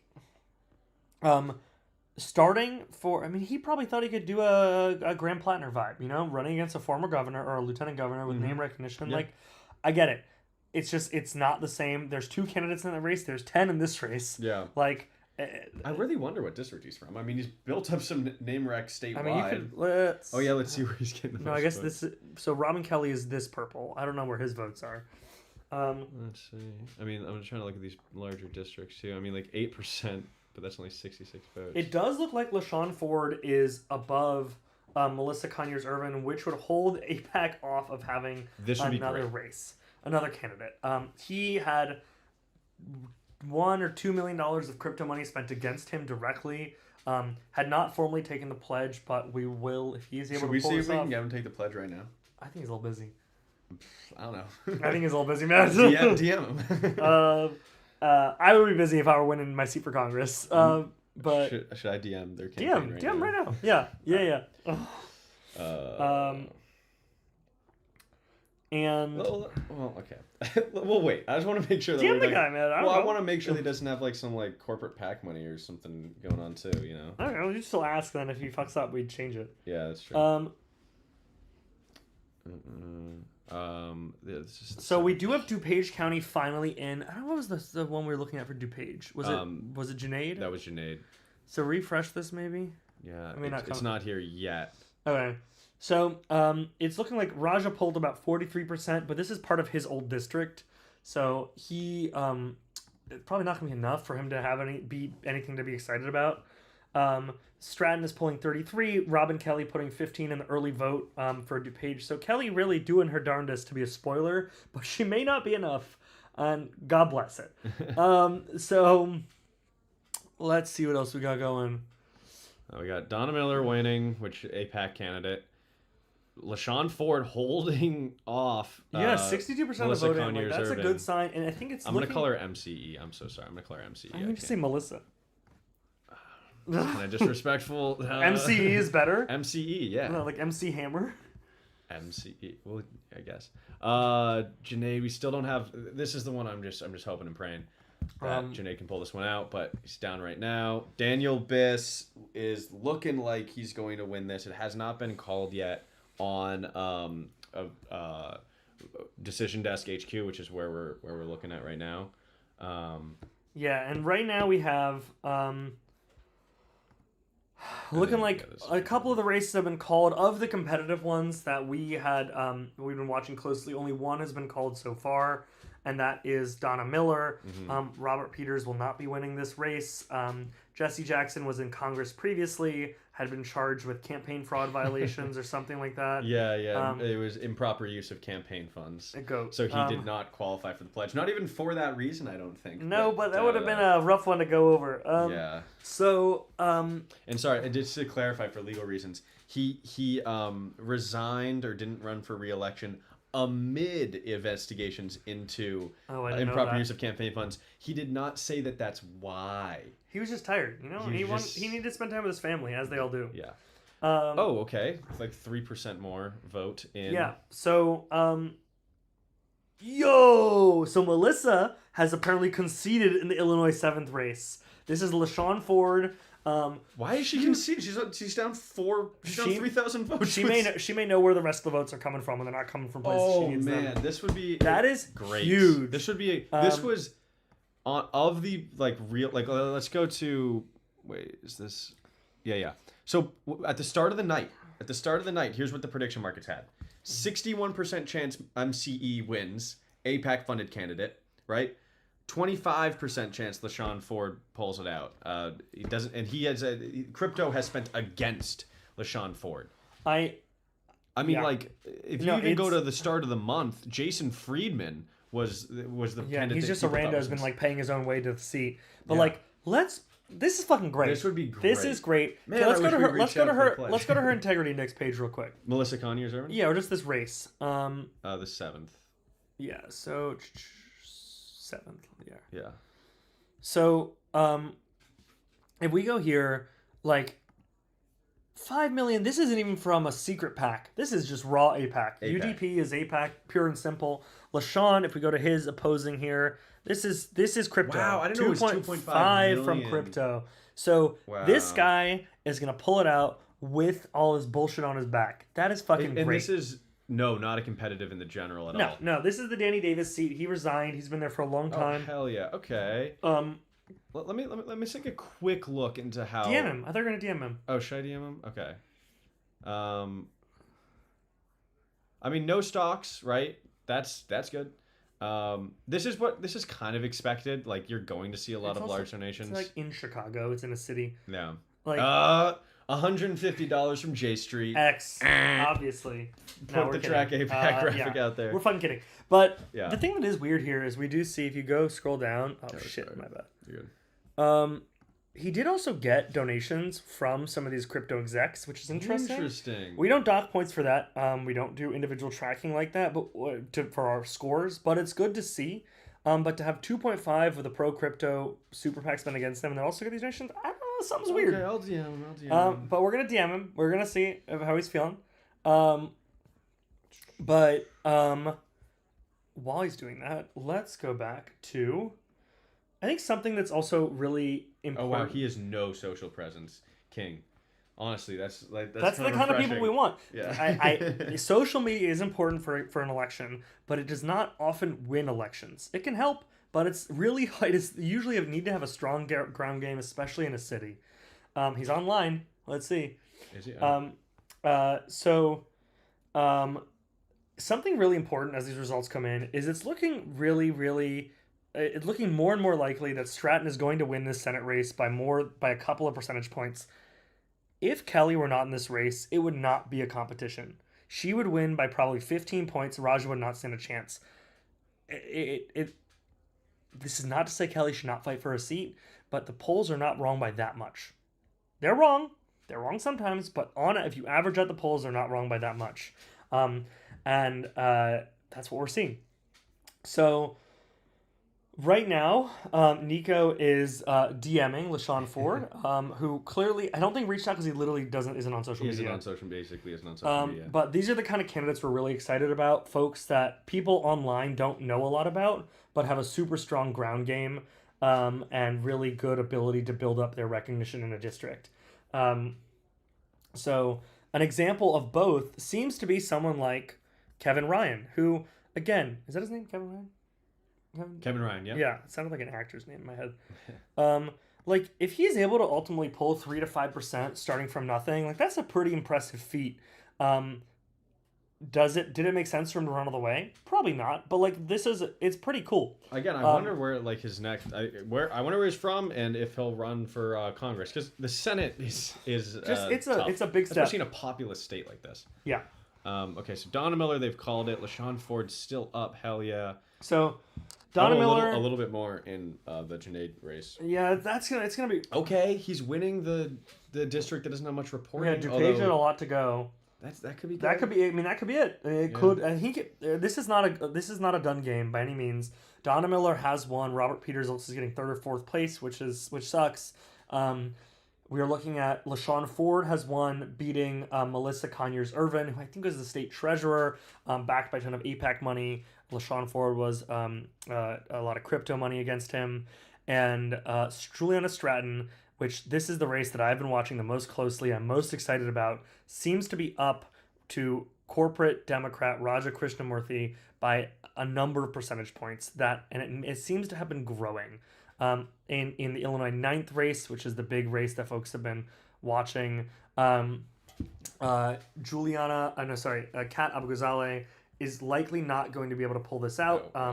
The urban area that it covered was really just not big enough. I think if she were in a more urban district, she could have pulled it out. But that's not where she ran. Yeah. So this is votehub.com. They have a really good analysis, but you can see most of this district isn't Chicago. Yeah. It's gerrymandered to be a bunch of like a weird snake. I don't know what Illinois is one of the most gerrymandered states in the union. So. All right, just pulling up the chat so we can answer your questions as well. Kevin Ryan needs to run for office again? Yeah, I mean, I think that he should. I think, yeah. Like, again, we don't want to hold anything against these guys unless they truly spoil the race. Then we're mad at them and fuck them. But it's an impressive showing. It truly is. And to immediately jump to Senate is a big jump really hard to do. Especially, I don't think he had any backing from major organizations. A lot of these candidates did have super PAC money behind them, even if it wasn't industry super PAC money. Yeah. Which is just a very it's a different ballgame. And Robert Peters did, and we had strong hopes for him, and I think he's going to end up with just like 10,000 votes. Yeah. Like, that's too bad. Because he had a Bernie endorsement, yeah. Yeah. I don't know. It's what you do with it too. Like, I saw his Bernie video, and like, again, we just said that social media isn't everything, but like, I saw his Bernie post and it was kind of underdeveloped. It had like 100 likes, and it's like, you have to. Bernie Sanders can endorse you, but you have to let people know. Yeah, and it's hard. It's really hard to do. So, what's the green, blue, and purple mean? So, it's not. It doesn't have anything to do with party affiliation. You can see here that the candidates are color coded. And then that's who's winning these districts. So this is a Kelly district. This is a Krishnamurthy district. District. I'm saying district. These are counties. Sorry. This is a Kelly county. This is a Krishnamurthy county. This is a Stratton county. Just color coded. They do that because some of these races have like 10 candidates in them.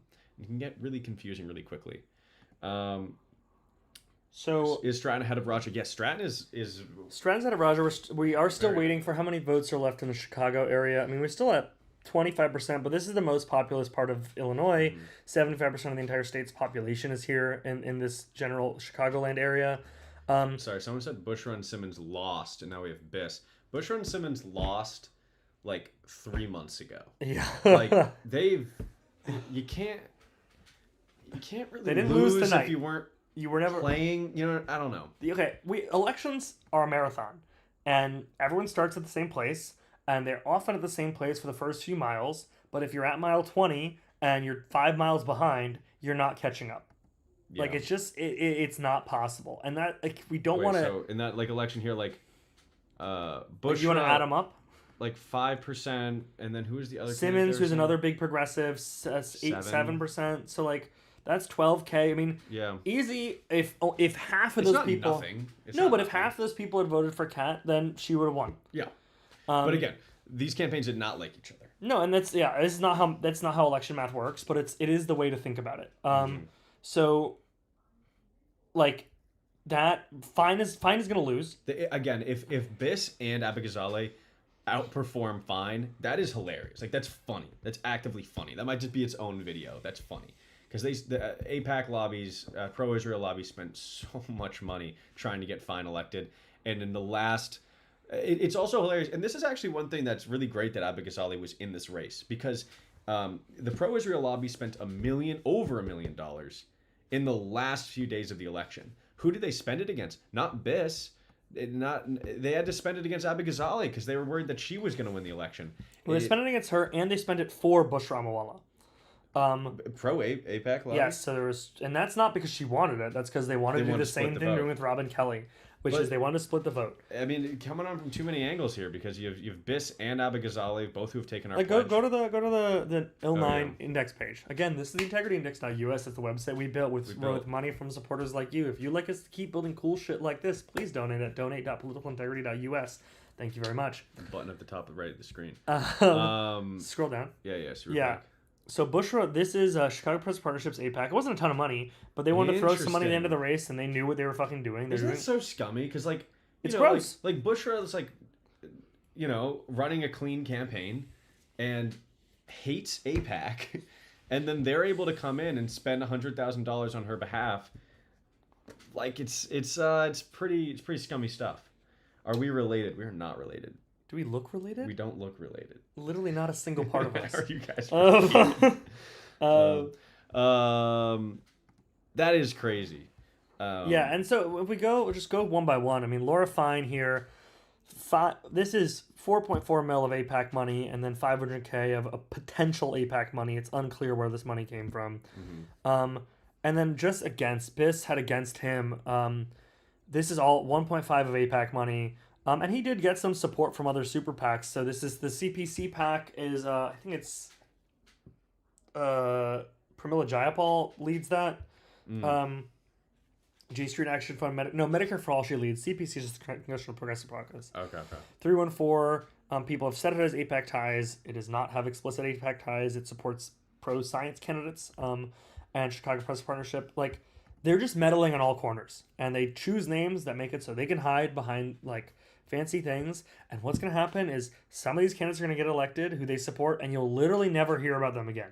They're just going to be like sleepy candidates that vote for things they want to vote for once they get elected in office. I just think it's so funny. They meddled so hard. They spent for Fine. They spent against Biss. They spent against Abigail. They even spent for Bushra to try to muck things up in the final week. And their preferred candidate is going to get third. That's awesome. I think that's hilarious. All right. Yeah, and what we're seeing is so going back to the Senate race real quick. We're still waiting for some votes out of Chicago. Robin Kelly is really holding her own. If she were not in this race, it would be a blowout. Like, it's not to say 100% of her her votes would go to Juliana Stratton, but we can pretty safely say that a significant majority of them would go to Stratton, or at least a plurality. And like, that is, it looks like Stratton may still pull it out, but just think about that as more of these primaries begin to happen. Yeah, you want to vote for the person you want to vote for, but if they're just going to make it harder for someone who in your eyes may not be perfect to win, like, why? Right now in Illinois, what we're seeing is some of the suburban counties are reporting, and they are really just not showing the numbers for Raja that he needed to be able to pull this out. Chicago is still not above 50% for Juliana Stratton, but the Chicago area, but that's largely because She's at 40. Kelly is pulling 22%, which is a significant margin here. But she is doing much better in the suburban districts than people initially expected to, and that's going to keep her strong throughout. It is really interesting that Kelly is pulling 5 points above the polling I've seen. And yeah, but it's only Cook County. I guess. So we're expecting later in the night. Like, she's not going to get any votes down here. Okay. Robin Kelly, she is a Chicago politician through and through. And I mean, maybe some college campuses will give her some votes down here, but it's gonna be like she has reached her peak pretty much. Gotcha. Is what I think it is. Gotcha. It looks like not much else has come in these other elections. This is actually good. The estimated remaining went down 2%. Maybe giving a little more space for Junaid Ahmed, but it's gonna be really tough. Still haven't called this one for Biss yet, but like that's gotta happen, yeah. So. Vote Hub has called it for Juliana Stratton. I'm not going to stay on it yet. Vote Hub. I do trust Vote Hub. They have a needle. That doesn't matter. If she pulls that off, I would be so happy. That to me is my biggest. That's my fucking Roman Empire right now. Is Krishnamurthy losing? It's Krishnamurthy losing. Like. It would be, and it would also, I mean, it would be the second Senate candidate that has taken the political integrity pledge, the first being James Tallarico, our political integrity pledge. So we would have 2 Senate candidates heading into November. Obviously, Stratton would actually be like basically a shoo-in to be a sitting senator who has taken our pledges. I think it's really important that like Stratton has run against Raja as a corporate Democrat. Like, we make these pledges because we know these are winning issues. You have to have other fundamentals in place. You have to have a lot of things behind you to make it so you can win. But like, it's a really clear differentiator. And that may have put her over the edge here. I'm not going to say we won it for her by any means. We did not. But we did our part. Yeah, and she did hers. She did hers. And if she doesn't, yeah. Oh yeah, we're gonna dead to us. Rain hellfire. But she ran this campaign without taking any corporate PAC money. Did she get she didn't get. I should use the correct terminology. Did JB Pritzker and the Pritzker family spend a ton of money on the super PAC side on her behalf? Yeah, 100%. But also, did the crypto industry spend $10 million against her? Sure. Yes, also yes. And at this point, like, we can't tell a candidate, don't fight fire with fire. But we can tell them... It's not even fight fire with fire. They cannot... The candidates cannot coordinate with these super PACs. So they can't say... they can't tell a super PAC to... They can make a statement that they don't want super PAC spending on their behalf, but they're not allowed to coordinate with these super PACs and say, yes, please spend this much. Yes, don't spend that much. It's all done independently. Obviously we make sure that it's all public because there are people that are colluding behind closed doors that are breaking the law. We know that there is pay to play on the super PAC side. We're not dumb. But it's just something that we can't standardize because at the end of the day, like, the super PACs are officially independent. So we always kind of, when it comes to super PAC spending, we look at it from the lens of the industries, right? So we say, what does the crypto lobby want to happen in this election? Well, they want Juliana Stratton to lose. For Raja, does he have APAC super PAC money? Is any of this Progressive Values? No, he doesn't have APAC super PAC money. He didn't need super PAC money because he already had the funds. Yeah. So he had APAC earmarked money on a House member. Right. Which is a more direct connection to APAC that we do track. But it's we're gonna be keeping an eye on Stratton, but it looks like she has a really good shot at winning here, and big L for Fair Shake. You know what? Big L. You know what's a big L for? Corporate Dems. That's also true. Like, running a campaign the way that Raja did, it might be kind of the old way of doing things. Like, it's just people will follow, and it's not because of us, but people want to follow the money, and they get that that's the way that you can see who this person actually stands for. You or the $450,000 corporate PAC money he took within a 2-year cycle. Yeah, and also like he's not signed. He holds individual stocks. He's not signed on to the stock trading ban. Stratton is someone who, and we'll be able to see this. Stratton holds a little bit of individual stock, has made a pledge to sell that individual stock, and some folks are really skeptical, right? We've already had a candidate who took our pledge and did that. There's candidates that are following through on this stuff, which shows a ton of backbone and a ton of integrity. And it's also a way for these candidates to kind of double down and say, not only have I made these pledges, but watch me follow through on them.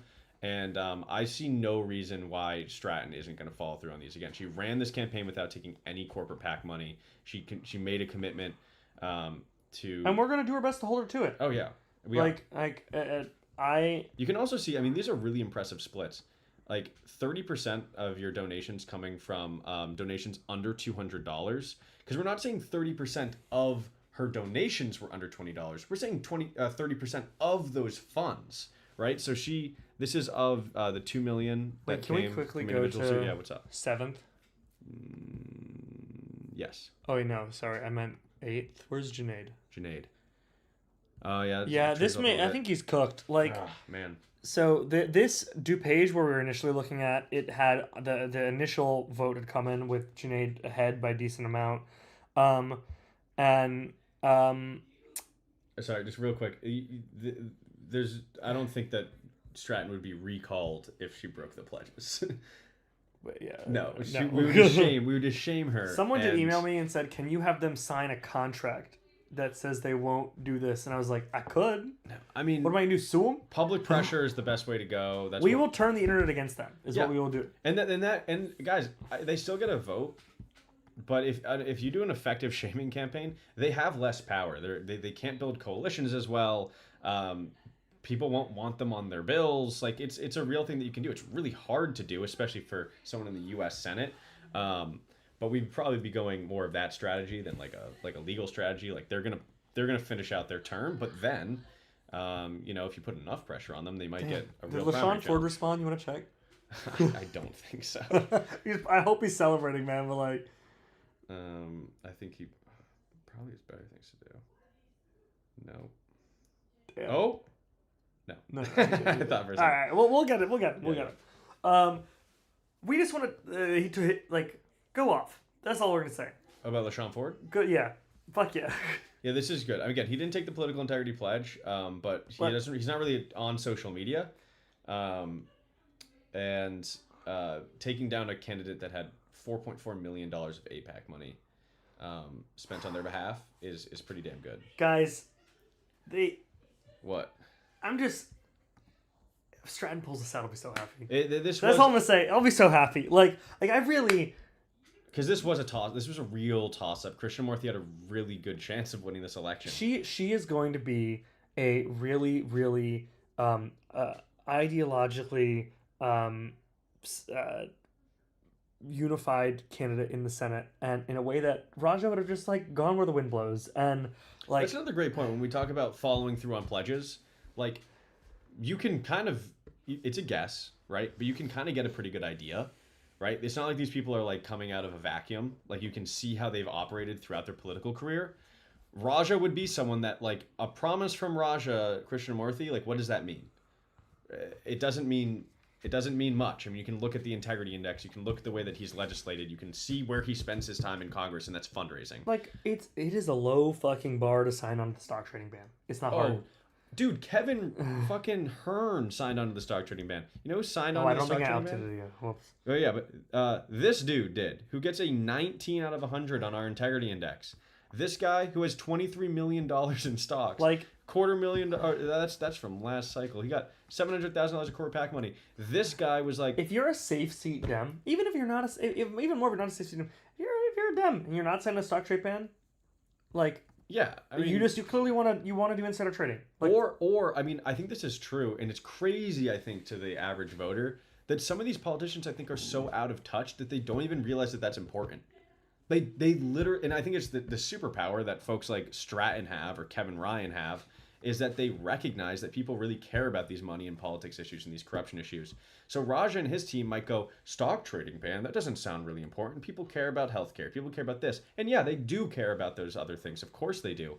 But it's just a huge blind spot for them. And great.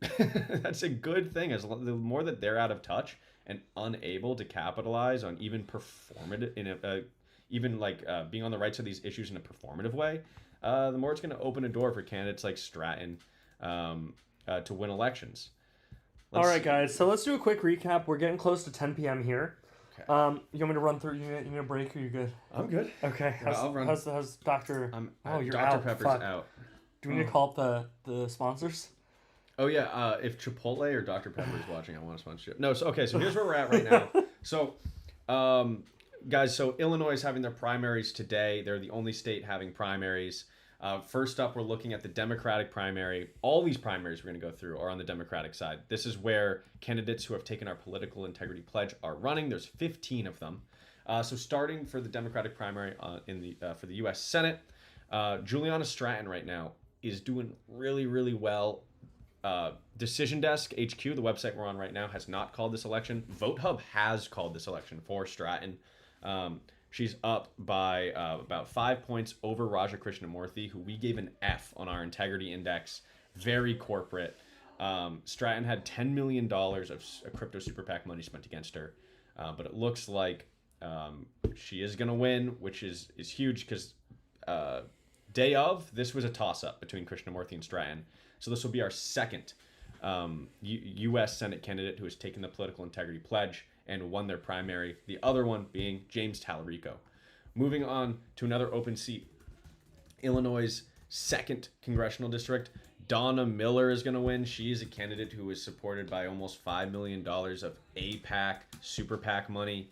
Very disappointing, although it did look like this was between her, who received the APAC Super PAC money, and Jesse Jackson, who received crypto Super PAC money, or AI Super PAC money, one of the two, over $1 million. The candidate in this race who took the political integrity pledge, our political integrity pledge, was Robert Peters. He's only at 11%. Again, this race has been called. Unfortunate, and this is, again, a win for an APAC candidate. Yep. Something I'm just thinking about right now that's interesting is like a big difference, and there's a lot of big differences, but a big difference in the Senate race that we're seeing in some of these other races is she's running against someone who has a congressional record. She is Stratton. Yeah. Who has their receipts, right? And a lot of these other guys, like, people are obviously they're backed by outside money, but like there isn't the same congressional record to run against. Yeah. Which can make them much harder to pin down in the mind of a voter, I imagine. Yep. But if you're running against someone who they've already made their stance. Or you can have all of this data about them, just like at integrityindex.us. At integrityindex.us. But I mean, we're able to see these things. Like, we're able to just show folks. I mean, the second Raja said, "I'm running for Senate," we could say, whoa, this guy's taking $400,000 of corporate PAC money. This guy holds stocks. This guy's not signing onto the stock trading ban. When a candidate comes out of the woodwork, you don't know that until the super PAC spends $5 million on their behalf.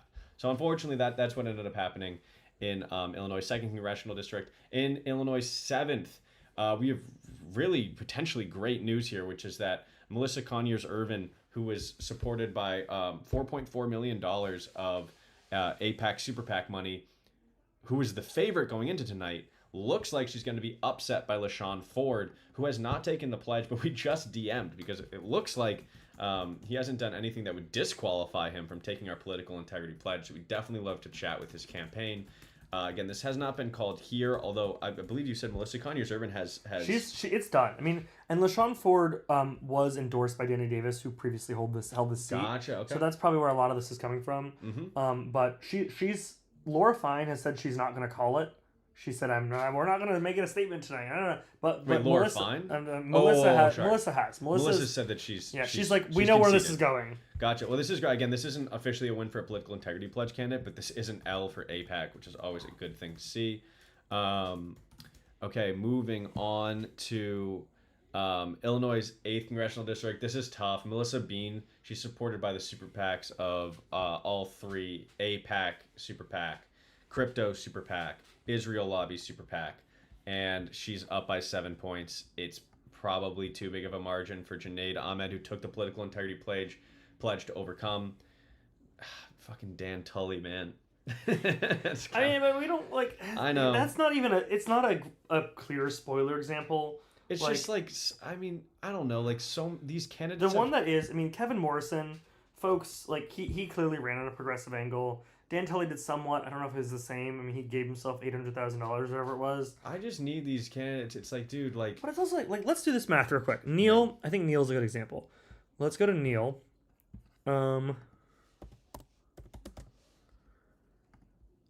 Neil gave himself $1.5 million. He spent $2 million on this race. I just want And he's more. taking away like 7% of the vote. More. Let's go back to where is it? Nope. Maybe we need to shame these people more.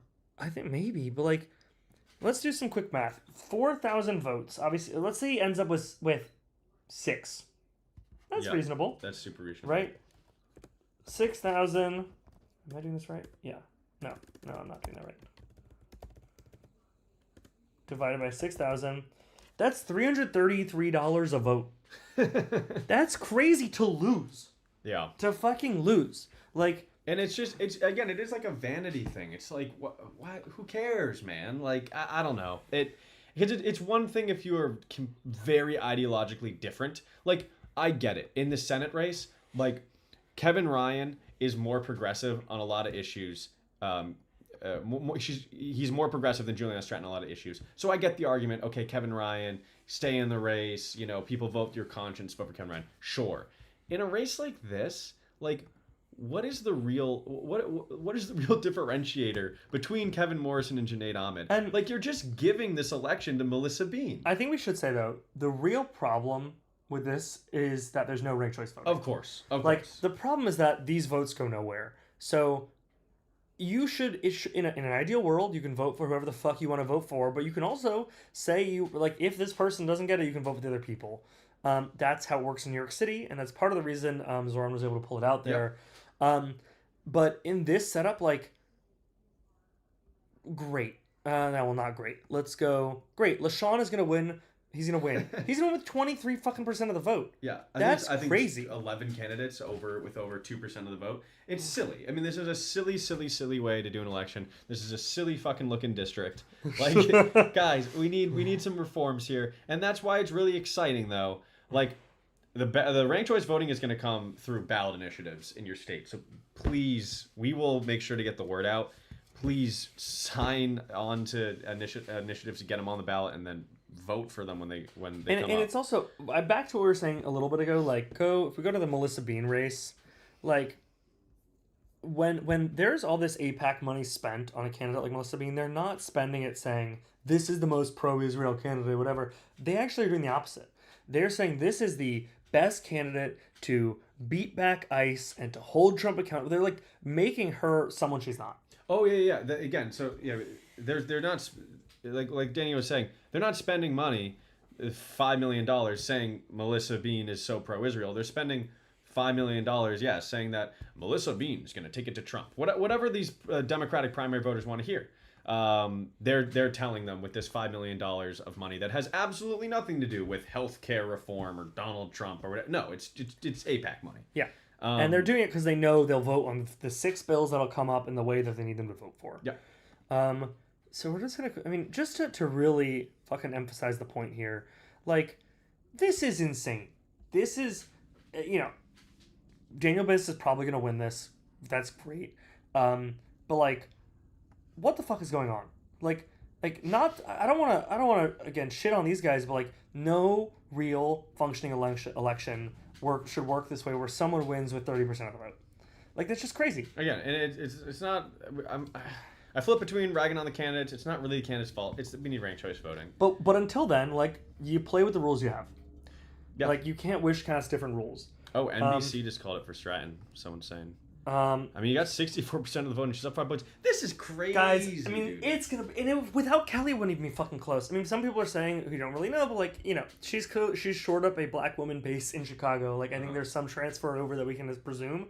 Like, fuck yes. Like, this is great. This is really, again, like, another political integrity pledge candidate to take the pledge and win. U.S. Senate candidate, Stratton sucks. Well, Stratton is probably going to be the next senator in Illinois. And you know what's, honestly, Juliana Stratton, as long as she does not take corporate PAC money, co-sponsors legislation to, or an amendment to overturn Citizens United, co-sponsors legislation to to ban members of Congress from trading stocks while not holding any stocks herself, and co-sponsors legislation for to implement a lobbying ban for foreign members of Congress. If she does those 4 things, she's okay in my book. Like that's pretty damn good. Yeah, it's pretty fucking good. She supports way more than that. Like it's obviously of course, right? But like that's the partisan bullshit that No, not good, bullshit. Not always good. I mean, not always bad. Like there's good shit. I'm saying you like that's everything in between. Our purview, right, is the money and politics stuff, and she's going to win this election without taking any corporate PAC money. Which is pretty cool, and we want to see more of that. And yes, Pritzker. It's true. But like again, what do you fucking want her to do? You're running against no. It's not her to do. I disagree. I totally disagree. It's not what do you want her to do. It's what do you want people that want her to win to do? Yeah, right. That's the way of putting it. If you see $10 million of crypto money dropping against a candidate you want to win, do you just sit back and say no? Like say okay, let them roll. Like no. You don't. Until that system is fixed, until the fire hose cannot be open on either side, like you step in. And I don't love it, but it's how it works. Yeah. Also, we never get, you know what I want? I want to start getting apologies from the, like, the folks that keep saying that they're going to break the pledges. Like, let's deal with problems when they happen. Like, if they do, we will turn the internet against them as best we can. And I want to say, like, Christian Menefee, we got, like, the crypto lobby spent $2 million on his behalf. And that was a little bit freaky. It was like, you took our pledge, right? And you can't control this money, theoretically, but this is a red flag. He got into Congress, right? With his individual stocks that he held. He sold the individual stocks. He signed on to what we consider kind of like a lukewarm congressional stock trading bill. And we're a little bit like, is he going to sign on to the one we really want him to? And without us even pushing him, he signed on to the stock trading bill that we consider to be the best one in Congress, right? He divested his stocks. He sold his stocks. He signed on to the congressional stock trading ban. He's continuing. He still is running for election, just the way that Texas does their elections, and he's still not taking any corporate PAC money. Like, the candidates so far are really following through on these pledges. And if they don't, we will let you know. And they haven't so far. We're not in the business of fucking buttering their buns. No, I mean... They got plenty of people to do that for them. Yeah, I mean, from a selfish interest, that would probably be, like, one of our best videos. Like, so-and-so has broken the pledge. Let's, like, get the pitchforks. Like, I think we talked about this. We were thinking about, like, literally, potentially, every day. We'll call them out. Oh, we have some... we have some great ideas. And you don't want to see Nico when he's angry, you know? Oh, yeah. Very intimidating man right here. Yeah. Okay. So Cat lost. Yeah, it does look like Cat is gonna lose. So I think we're getting pretty close to the end of the night for calling these races. There's not a lot left that is not decided yet. Let's do one quick run through of everything. Yeah, and just walk folks through where we're at. Okay. We've been going for almost 2 hours here, so we're not missing any illegal agreement. No, we can't make it a legal agreement, guys. Like, I don't. It's just it doesn't exist. Yeah. Like, it doesn't exist. So we have the next best thing, which is shame.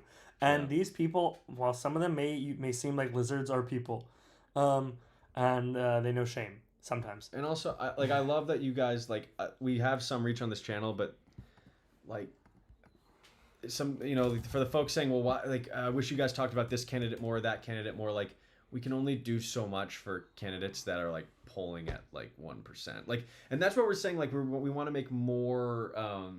We want to make sure that candidates that are taking the pledge are actually demonstrating that they're able to raise funds in a grassroots fashion, because that's what this is really about. It's not just about, I'm abstaining from taking big money. It's like, well, you kind of have to be in a position where the big money could be offered to you to really have integrity, right? So we really want to see these candidates demonstrate that they're able to raise funds in a grassroots fashion. We're not going to win. We're not going to get them from 0 to 30, but we can help them get from 30 to 33. Maybe. Yeah, hopefully. I mean, or I mean, who knows? We might flip like 10 votes in an election. We have no idea. we really don't know. We can do more if you donate at donate.politicaliintegrity.us. Yes. We can, and then you can help us build out this website. That actually a lot of people visit, Yeah. So all right, yeah. So last time through, Stratton just went up again.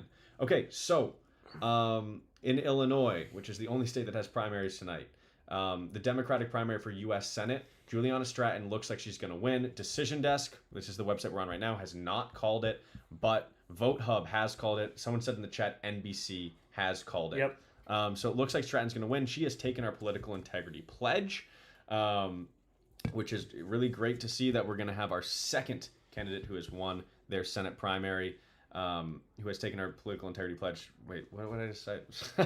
you want me to take it? Yeah. Okay. So Juliana Stratton is most likely going to be the next senator from Illinois. Illinois is a very blue state. The primary is all that matters. So for all these things, that's the case. I think all these races that'll be the case. We will now have 2 Senate candidates who have taken the political integrity pledge, which is James Tallarico and Juliana Stratton. We could not be more excited that these guys are going to the next round of this race. Going on to Illinois second. This is a disappointment for our political integrity pledge taker, Robert Peters.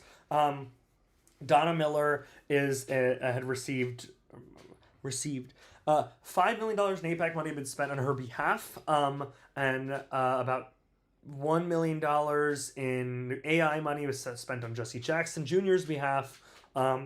He was running to fill a seat that he had held before, a nearby seat to what he'd held before. This is going to be AIPAC's first win of the night, and it's a pretty clear one.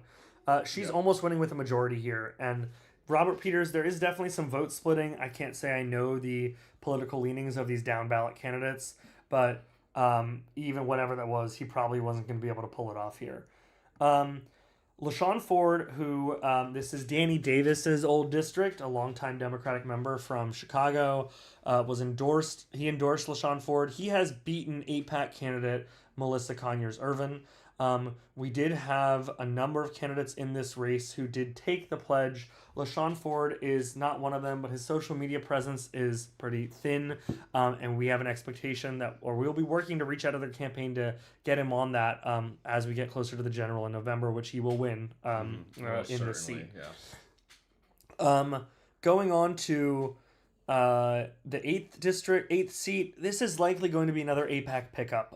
So they dropped, I think, another $4 to $5 million on this race in support of Melissa Bean, who is a former member running again. I think it's almost 2 decades later or something. Wow.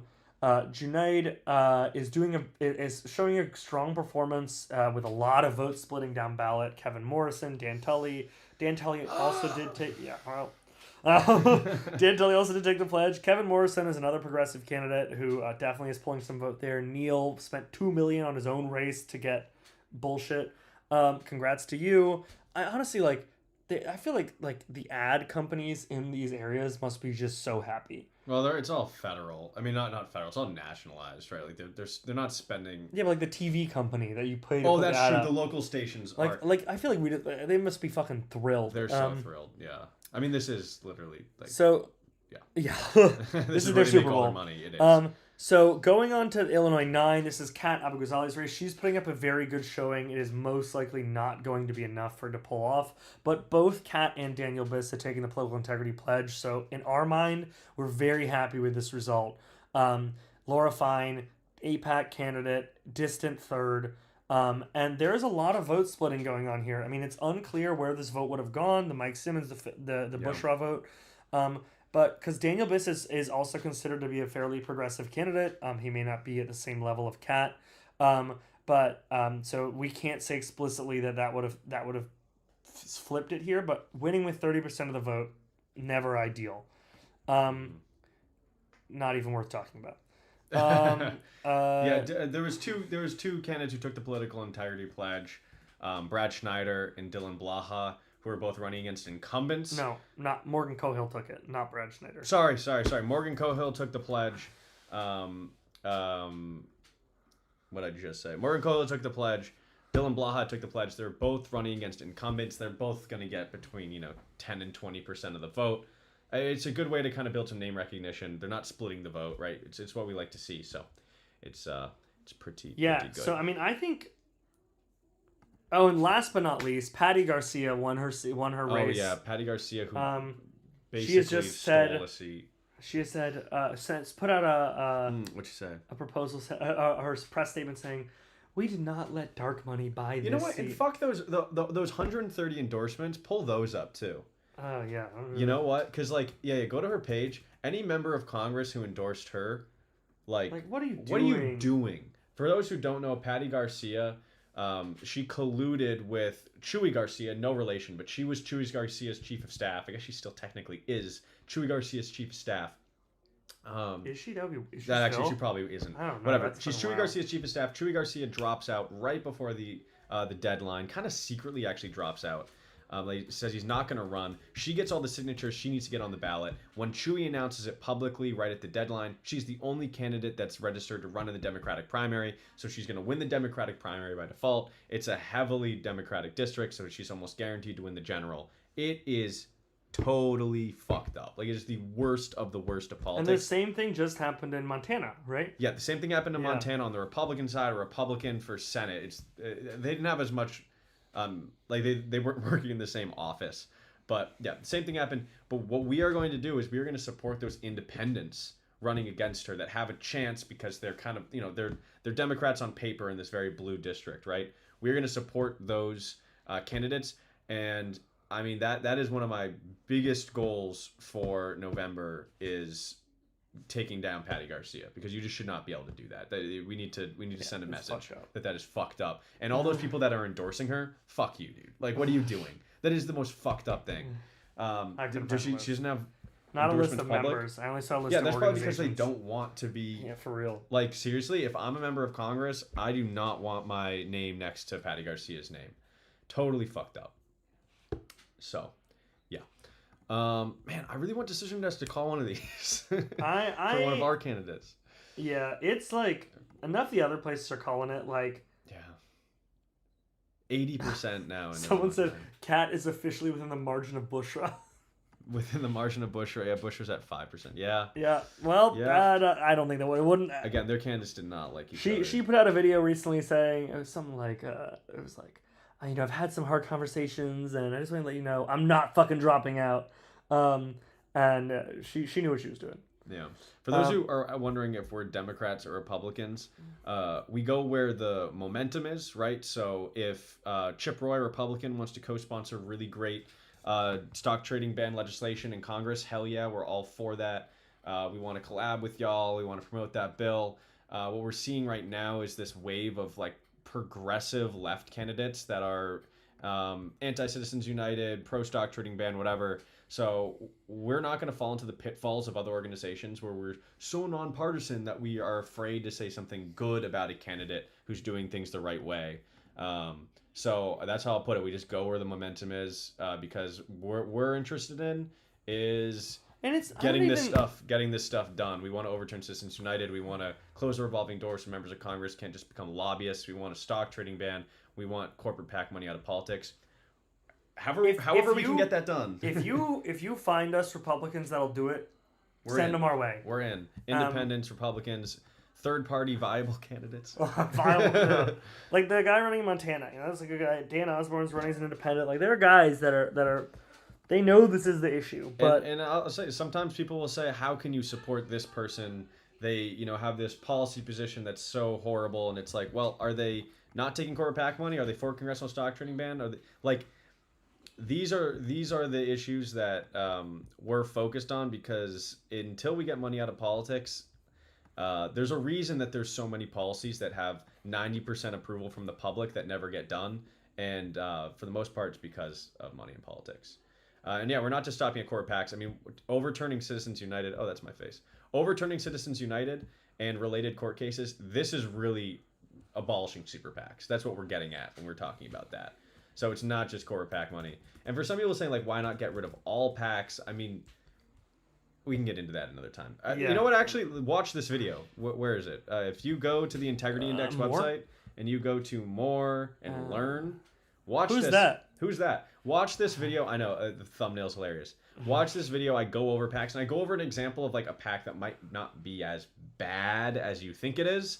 But yeah, we could get rid of PACs, but until we get rid of super PACs and the especially you know, these industry super PACs like the Israel lobby, AI industry, crypto industry, like PACs are going to be part of politics, right? So it looks like I think this is gonna be the last one we get of the night. Go to 70% in. Wow. She's up by 6%. Call Let's fucking go! Like I mean, I'm there we fucking go. psyched, man. So That's go, crazy. Go to nope. Yes, Melissa Bean has called it for herself, which is like I get it. Rarely you pull those back. This is going to look like it's going to be one of the closest ones of some of the political integrity pledge challengers we had, but he's not going to pull it through largely. It looks like because of a lot of vote splitting down ballot. We're not going to get into it again. As we wrap up this live, we do have two candidates that have 2.5. 2.5, hopefully. Yeah, two, hopefully three candidates that have taken the political integrity pledge that are going to win their primaries. That is Juliana Stratton, who's taken the pledge, who would be the second Senate candidate to have taken our pledge and win their primary, the other being James Tallarico, and Daniel Biss, who took our political integrity pledge. Looks like he is going to win the primary in Illinois' 9th congressional district on the Democratic side. And then the half is LaShawn Ford is upsetting Melissa Conyers-Ervin, and we haven't seen anything disqualifying from LaShawn Ford's campaign. He wasn't big on social media at all. He has not taken the pledge yet, but I just sent him a DM. We've reached out. Hopefully he's with it, and we can have 3 candidates come out of Illinois that have taken these pledges that are committed to getting money out of politics. That would be fantastic. This is just great. Again, L for AIPAC. We love to see that. I'm going to go through these real quick just as these other lobbies. So if I'm looking at the Illinois Senate race and I'm the crypto lobby, I am pissed off. I've spent $10 million against Juliana Stratton, and she won. But right? they're like they've fuckers pockets. are gonna do it again. Oh yeah, they have deep pockets. They're gonna keep doing it again. That's kind of the industry takeaway from the Senate race. And then if we go here, if I'm AIPAC in Illinois 2nd Congressional District, I'm celebrating because Donna Miller, we invested $5 million into Donna Miller, and Donna Miller won. So AIPAC's very happy about this. I guess the AI industry is a little bit upset Jesse Jackson didn't win. I don't know what the fuck was going on there. I honestly think the AI industry would be able to buy Donna Miller as well. This is a win for AIPAC. In Illinois 7th Congressional District, AIPAC took a huge L. Melissa Conyers-Ervin was supported by $4.4 million of AIPAC money, and LaShawn Ford, who I think had $800,000 of crypto money spent against him, won. So AI's mad, big crypto's mad. LaShawn Ford it looks like is going to win Illinois 7th. Again, Conyers-Ervin has conceded. I just want to put out stay on this page real quick. We don't love prediction markets because look at what the fuck's going on here. Yeah. Melissa Conyers-Ervin was before tonight 70%. Well, hey, things that have a 30% chance of happening. I guess, man, but look at these fucking colors. Your favorite NBA player, actually, whatever. The best MLB players hit 300. So this is like Bam winning it, or is it lower, or Bam getting 83? Bam getting 83 was that would be 0.01%. Okay. But yeah, from the perspective of the big lobbies here, this is AIPAC takes a big L, crypto takes an L as well. Moving on, I mean, this is just AI lobby, Israel lobby, crypto lobby, all celebrating because it looks like Melissa Bean is going to fend off Junaid Ahmed, who took our political integrity pledge. So this, unfortunately, is looking like another win for the big lobbies. Illinois 9, I think is hilarious. AIPAC was playing whack-a-mole. They didn't know where to spend their money. Were they going to spend it against Daniel Biss? Were they going to spend it against Kat Abigasale? Were they just going to dump more money into pro-Laura Fine advertisements? It doesn't matter because Laura Fine campaigned so poorly that Biss and Abigasale both are going to... Someone just called it the Unholy Trinity instead of the Holy Trinity. Right, the Unholy Trinity spent... No, this isn't the Unholy Trinity. No, that was Melissa Bean who did win. Yeah. Oh, fuck. Yeah. But so... This is a big L for AIPAC. I mean, they dumped so much money into this Let's race. put it this way before we wrap up tonight. Yeah. We tied AIPAC. Yeah, right? They got 2? We got 1. They got 1. We got.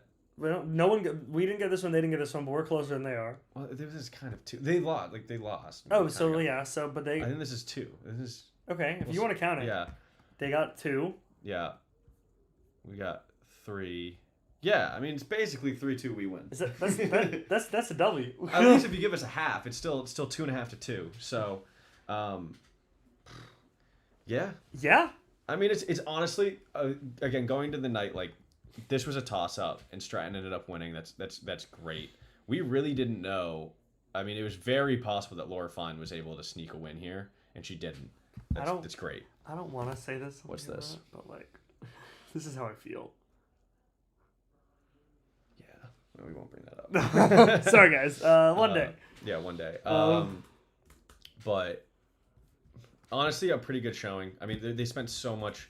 These industries spent so much money, and these candidates were able to pull out victories. So really good. We'll have some wrap up stuff like videos out tomorrow, going over all of this.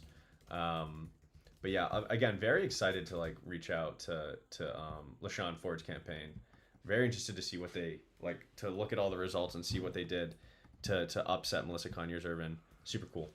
Super cool. All right, team. It's been real. It's been 2 hours. Are you guys plus. siblings? We're not related. Do we look related? Look at this shit. We're just white guys. What a surprise! White guys doing politics. All white guys. Never would have are fucking related. expected it. Yeah, 2 white guys in DC doing politics. Crazy. Okay, last thing is thank you so much for all your support. Thank you for sticking on the line with us. If you do appreciate what we're doing, if you want us to be able to do more of this work, please send us a little bit of money, as much as you want to send, at donate.politicalintegrity.us. It's just the 2 of us. That's it. So and we are and also just we have a big break between now and the next primary. There is so much fun stuff that we're going to be releasing product wise on the Integrity Index. But the more money we get, the more ambitious we can get with bringing you this information. Guys, grades for candidates are coming really soon. And you know what else is coming soon? Let me see if I can just show some folks. There's this thing called like a mobile app. I heard you guys wanted this, so just wait. It's on its way. Push notifications for big stock trades and Yeah. co-sponsorship Just of what stock you trading needed. bands. Everything that you want your phone to be buzzing about. All right, y'all. Have a great night. Thank you for everything, and let's go Team Political Integrity Pledge. Let's do it. We're gonna end these in like